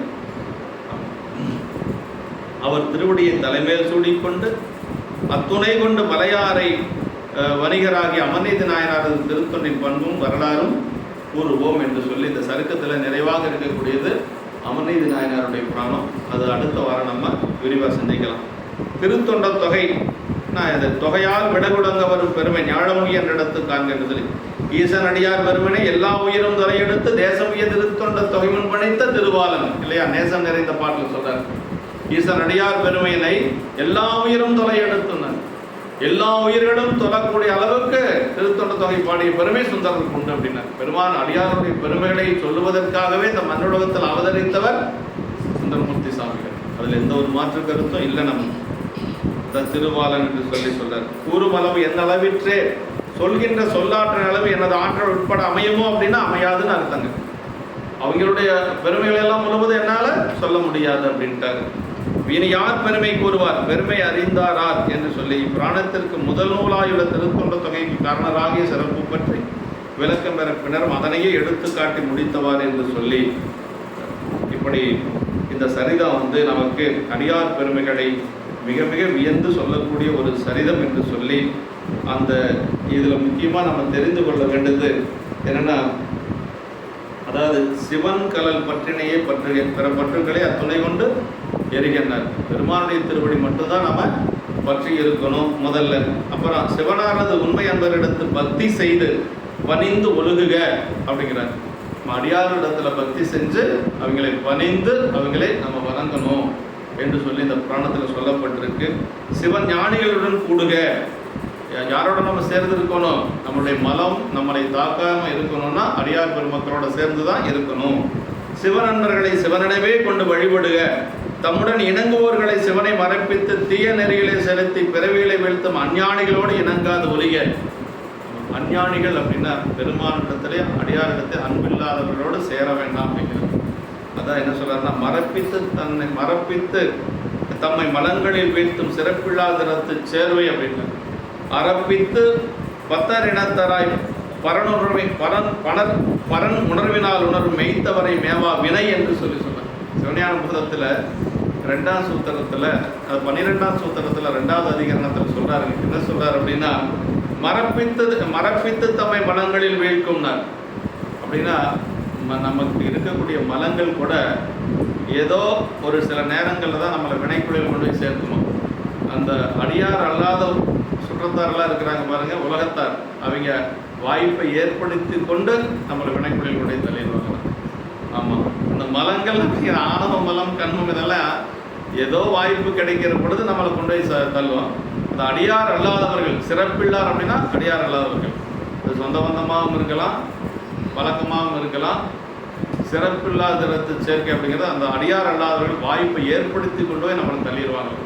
அதனால் குழியில் மலக்குழியில் கொண்டு போய் தள்ளிடுவாங்க. அதனால் அவங்களோட ஜாக்கிரதையாக இருக்கணும்னு சொல்லி சிவஞான போதத்தில் மெய்கண்டார் சொல்கிறார்.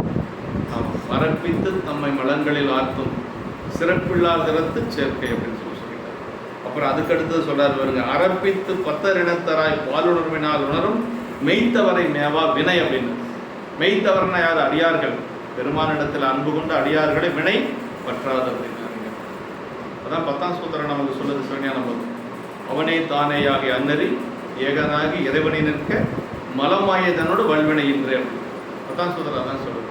பெருமானிடத்தில் அன்பு கொண்டு அவனே எல்லாம் என்று சொல்லி யாரெல்லாம் பணி செய்கின்றார்களோ அவங்களுக்கு ஆணவம் கண்மமெல்லாம் போயிடும் அப்படின்னு சொல்லி சொல்றாரு. சிவனடியார்கள் இறைவனை பணியும் முன்னர் பேணி பணியத்தக்கார். சிவனடியார்கள் இறைவனை பணிவதற்கு முன்பாக வணங்கக்கூடிய பேணி பணியத்தக்கார். அடியாரை தொழுது இறைவனை வணங்குவோர் திருக்கூட்டத்தை இகழ்ந்தவராக திருக்கூட்டத்திற்கு புறம்பாக நிலையினர் என்று சொல்றாருங்க. அடியாரை தொழாது இறைவனை வணங்குவோர், அடியார்களை வணங்காமல் இறைவனை வணங்கக்கூடியவர்கள் திருக்கூட்டத்தை இகழ்ந்தவராகி திருக்கூட்டத்திற்கு புறம்பாக நிலையில் என்று சொல்லி, அடியார் பக்தி கொண்டொடுகுவோர் தன்னையும் தன்னால் ஆட்கொள்ள பெற்றாரையும் புறகு எனினும் தம் அடியார்வாள் வைத்த அருளினாலே அதற்கும் மகிழ்ந்து அருள் கொடுத்து உடன் வீற்றிருக்கும் பெருங்கருணையாளன் சிவன் அடியார் பக்தியில் வசப்பட்டு செய்யப்படும் செயல்கள் குற்றமாகாது, அச்செயல்கள் சிவன் தாலே ஆவேசித்து செய்தனவாம் என்று சொல்லி சிவத்தல யாத்திரை செய்தல் சிறந்தது, அது எல்லா நலன்களையும் தரும், திருத்தொண்ட தொகையானது உலகம் உயர்த்தந்த ஒரு பெரும் பேறு என்று சொல்லி நமக்கு இப்படி பல அறிவுரைகளை எல்லாம் கடைசி சிவப்பினியை சொல்லியிருக்கிறாரு. முதல்ல அடியாரை தொழாது இறைவனை வணங்குவது அது அவ்வளவு ஒன்றும் சிறந்த வழிபாடு இல்லை. அது என்ன சொன்னார் அப்படின்னா, அது திருக்கூட்டத்தை இகழ்ந்தவராகி திருக்கூட்டத்துக்கு புறம்பாக நிலையில் வைத்து கொல்லப்படுவார்கள் என்று சொல்றார். அதாவதுங்க, இந்த சரீரத்து மூலமாக நமக்கு அடியார் வழிபாட்டை சிறப்பாக சொல்லியிருக்கிறாரு. அந்த அடியார் வழிபாடு தான் உயர்ந்ததுங்கிற எண்ணம் நமக்கு எப்போ வரும்னா, அது நம்ம வர்றதுக்கு கொஞ்சம் பக்குவம் வரணும். இப்போ இறைவன் வழிபாடு யார் வேணாலும் செய்வாங்க, எல்லாரும் செய்வாங்க. அடியார் வழிபாடு செய்கிறதுக்கு நல்ல பக்குவம் வேணும். அது எல்லாத்துக்கும் வந்துடும் சொல்ல முடியாது, கொஞ்சம் நம்ம முயற்சி பண்ணலாம், அவ்வளோதான். எதுக்கு தொடர்ந்து இந்த புராணங்கள்லாம் சிந்திக்கணும் அப்படின்னா, அது கொஞ்சம் விலகி இருக்கக்கூடாது. எப்பொழுதும் நம்ம ஒரு ஒரு காரியத்தை தொடர்ந்து செஞ்சுட்டு இருந்தோம்னா தான் நம்ம மனசில் கொஞ்சம் நிலை பெற்று நிற்கும். கொஞ்ச நாளைக்கு நம்ம போகலன்னு வச்சுக்கங்களேன், கொஞ்ச நாளைக்கு இதெல்லாம் கேட்காம விட்டோம்னா மனசு மாறி போயிடும். ஏன்னா மனசுக்கு என்னன்னா, சார்தலின் மன்னமாம் தன்மையுடையது ஆன்மா. சைவ சித்தாந்தம் சொல்லுது, எதை சார்ந்து இருக்கிறோமோ அந்த பழக்கம் நமக்கு வந்துடுங்க. அதனால் எதை சார்ந்து இருந்தாலும் கூட பெருமான் வழிபாட்டையும் விடக்கூடாது, அடியார்களுடைய வழிபாட்டையும் விடக்கூடாது. இறைவனையும் வழிபாடு செய்யணும், அடியார்களையும் வழிபாடு செய்யணும். இறைவன் மேலே அன்பு செலுத்துறதை காட்டில் ஒரு 10% அதிகமாக அடியார்கள் மேலே அன்பு செலுத்தணும். அந்த எண்ணம் வந்துருச்சுன்னா நமக்கு எந்த துன்பமும் இல்லை. இதுதான் நமக்கு இந்த பிராணம் சொல்லக்கூடிய உண்மை என்று சொல்லி விரும்புகிற நாயனாருடைய திருவடிகளை வணங்கி, அடியார் பெருமக்களுடைய திருவடியெல்லாம் வணங்கி அமைகின்றோம். என்றும் இன்பம் பெருகும் இயல்பினால் ஒன்று காதலின் துள்ளமும் பொங்கிட மன்றுளார் அடியார் அவர் வான்புகள் நின்றதெங்கும் நிலை உலகலாம். வான்புகள் வளாது பெய்க மலிவரம் சுரக்க மன்னன் போன்முறை அரசு செய்ய குறைவிலாது உயிர்கள் வாழ்க. நான்மறை அறங்கள் உங்க நற்றவும் வெள்ளி மல்க. மேன்மைகள் சைவநீதி விளங்குக உலகமெல்லாம். மேன்மைகள் சைவநீதி விளங்குக உலகமெல்லாம். மேன்மைகள் சைவநீதி விளங்குக உலகம்.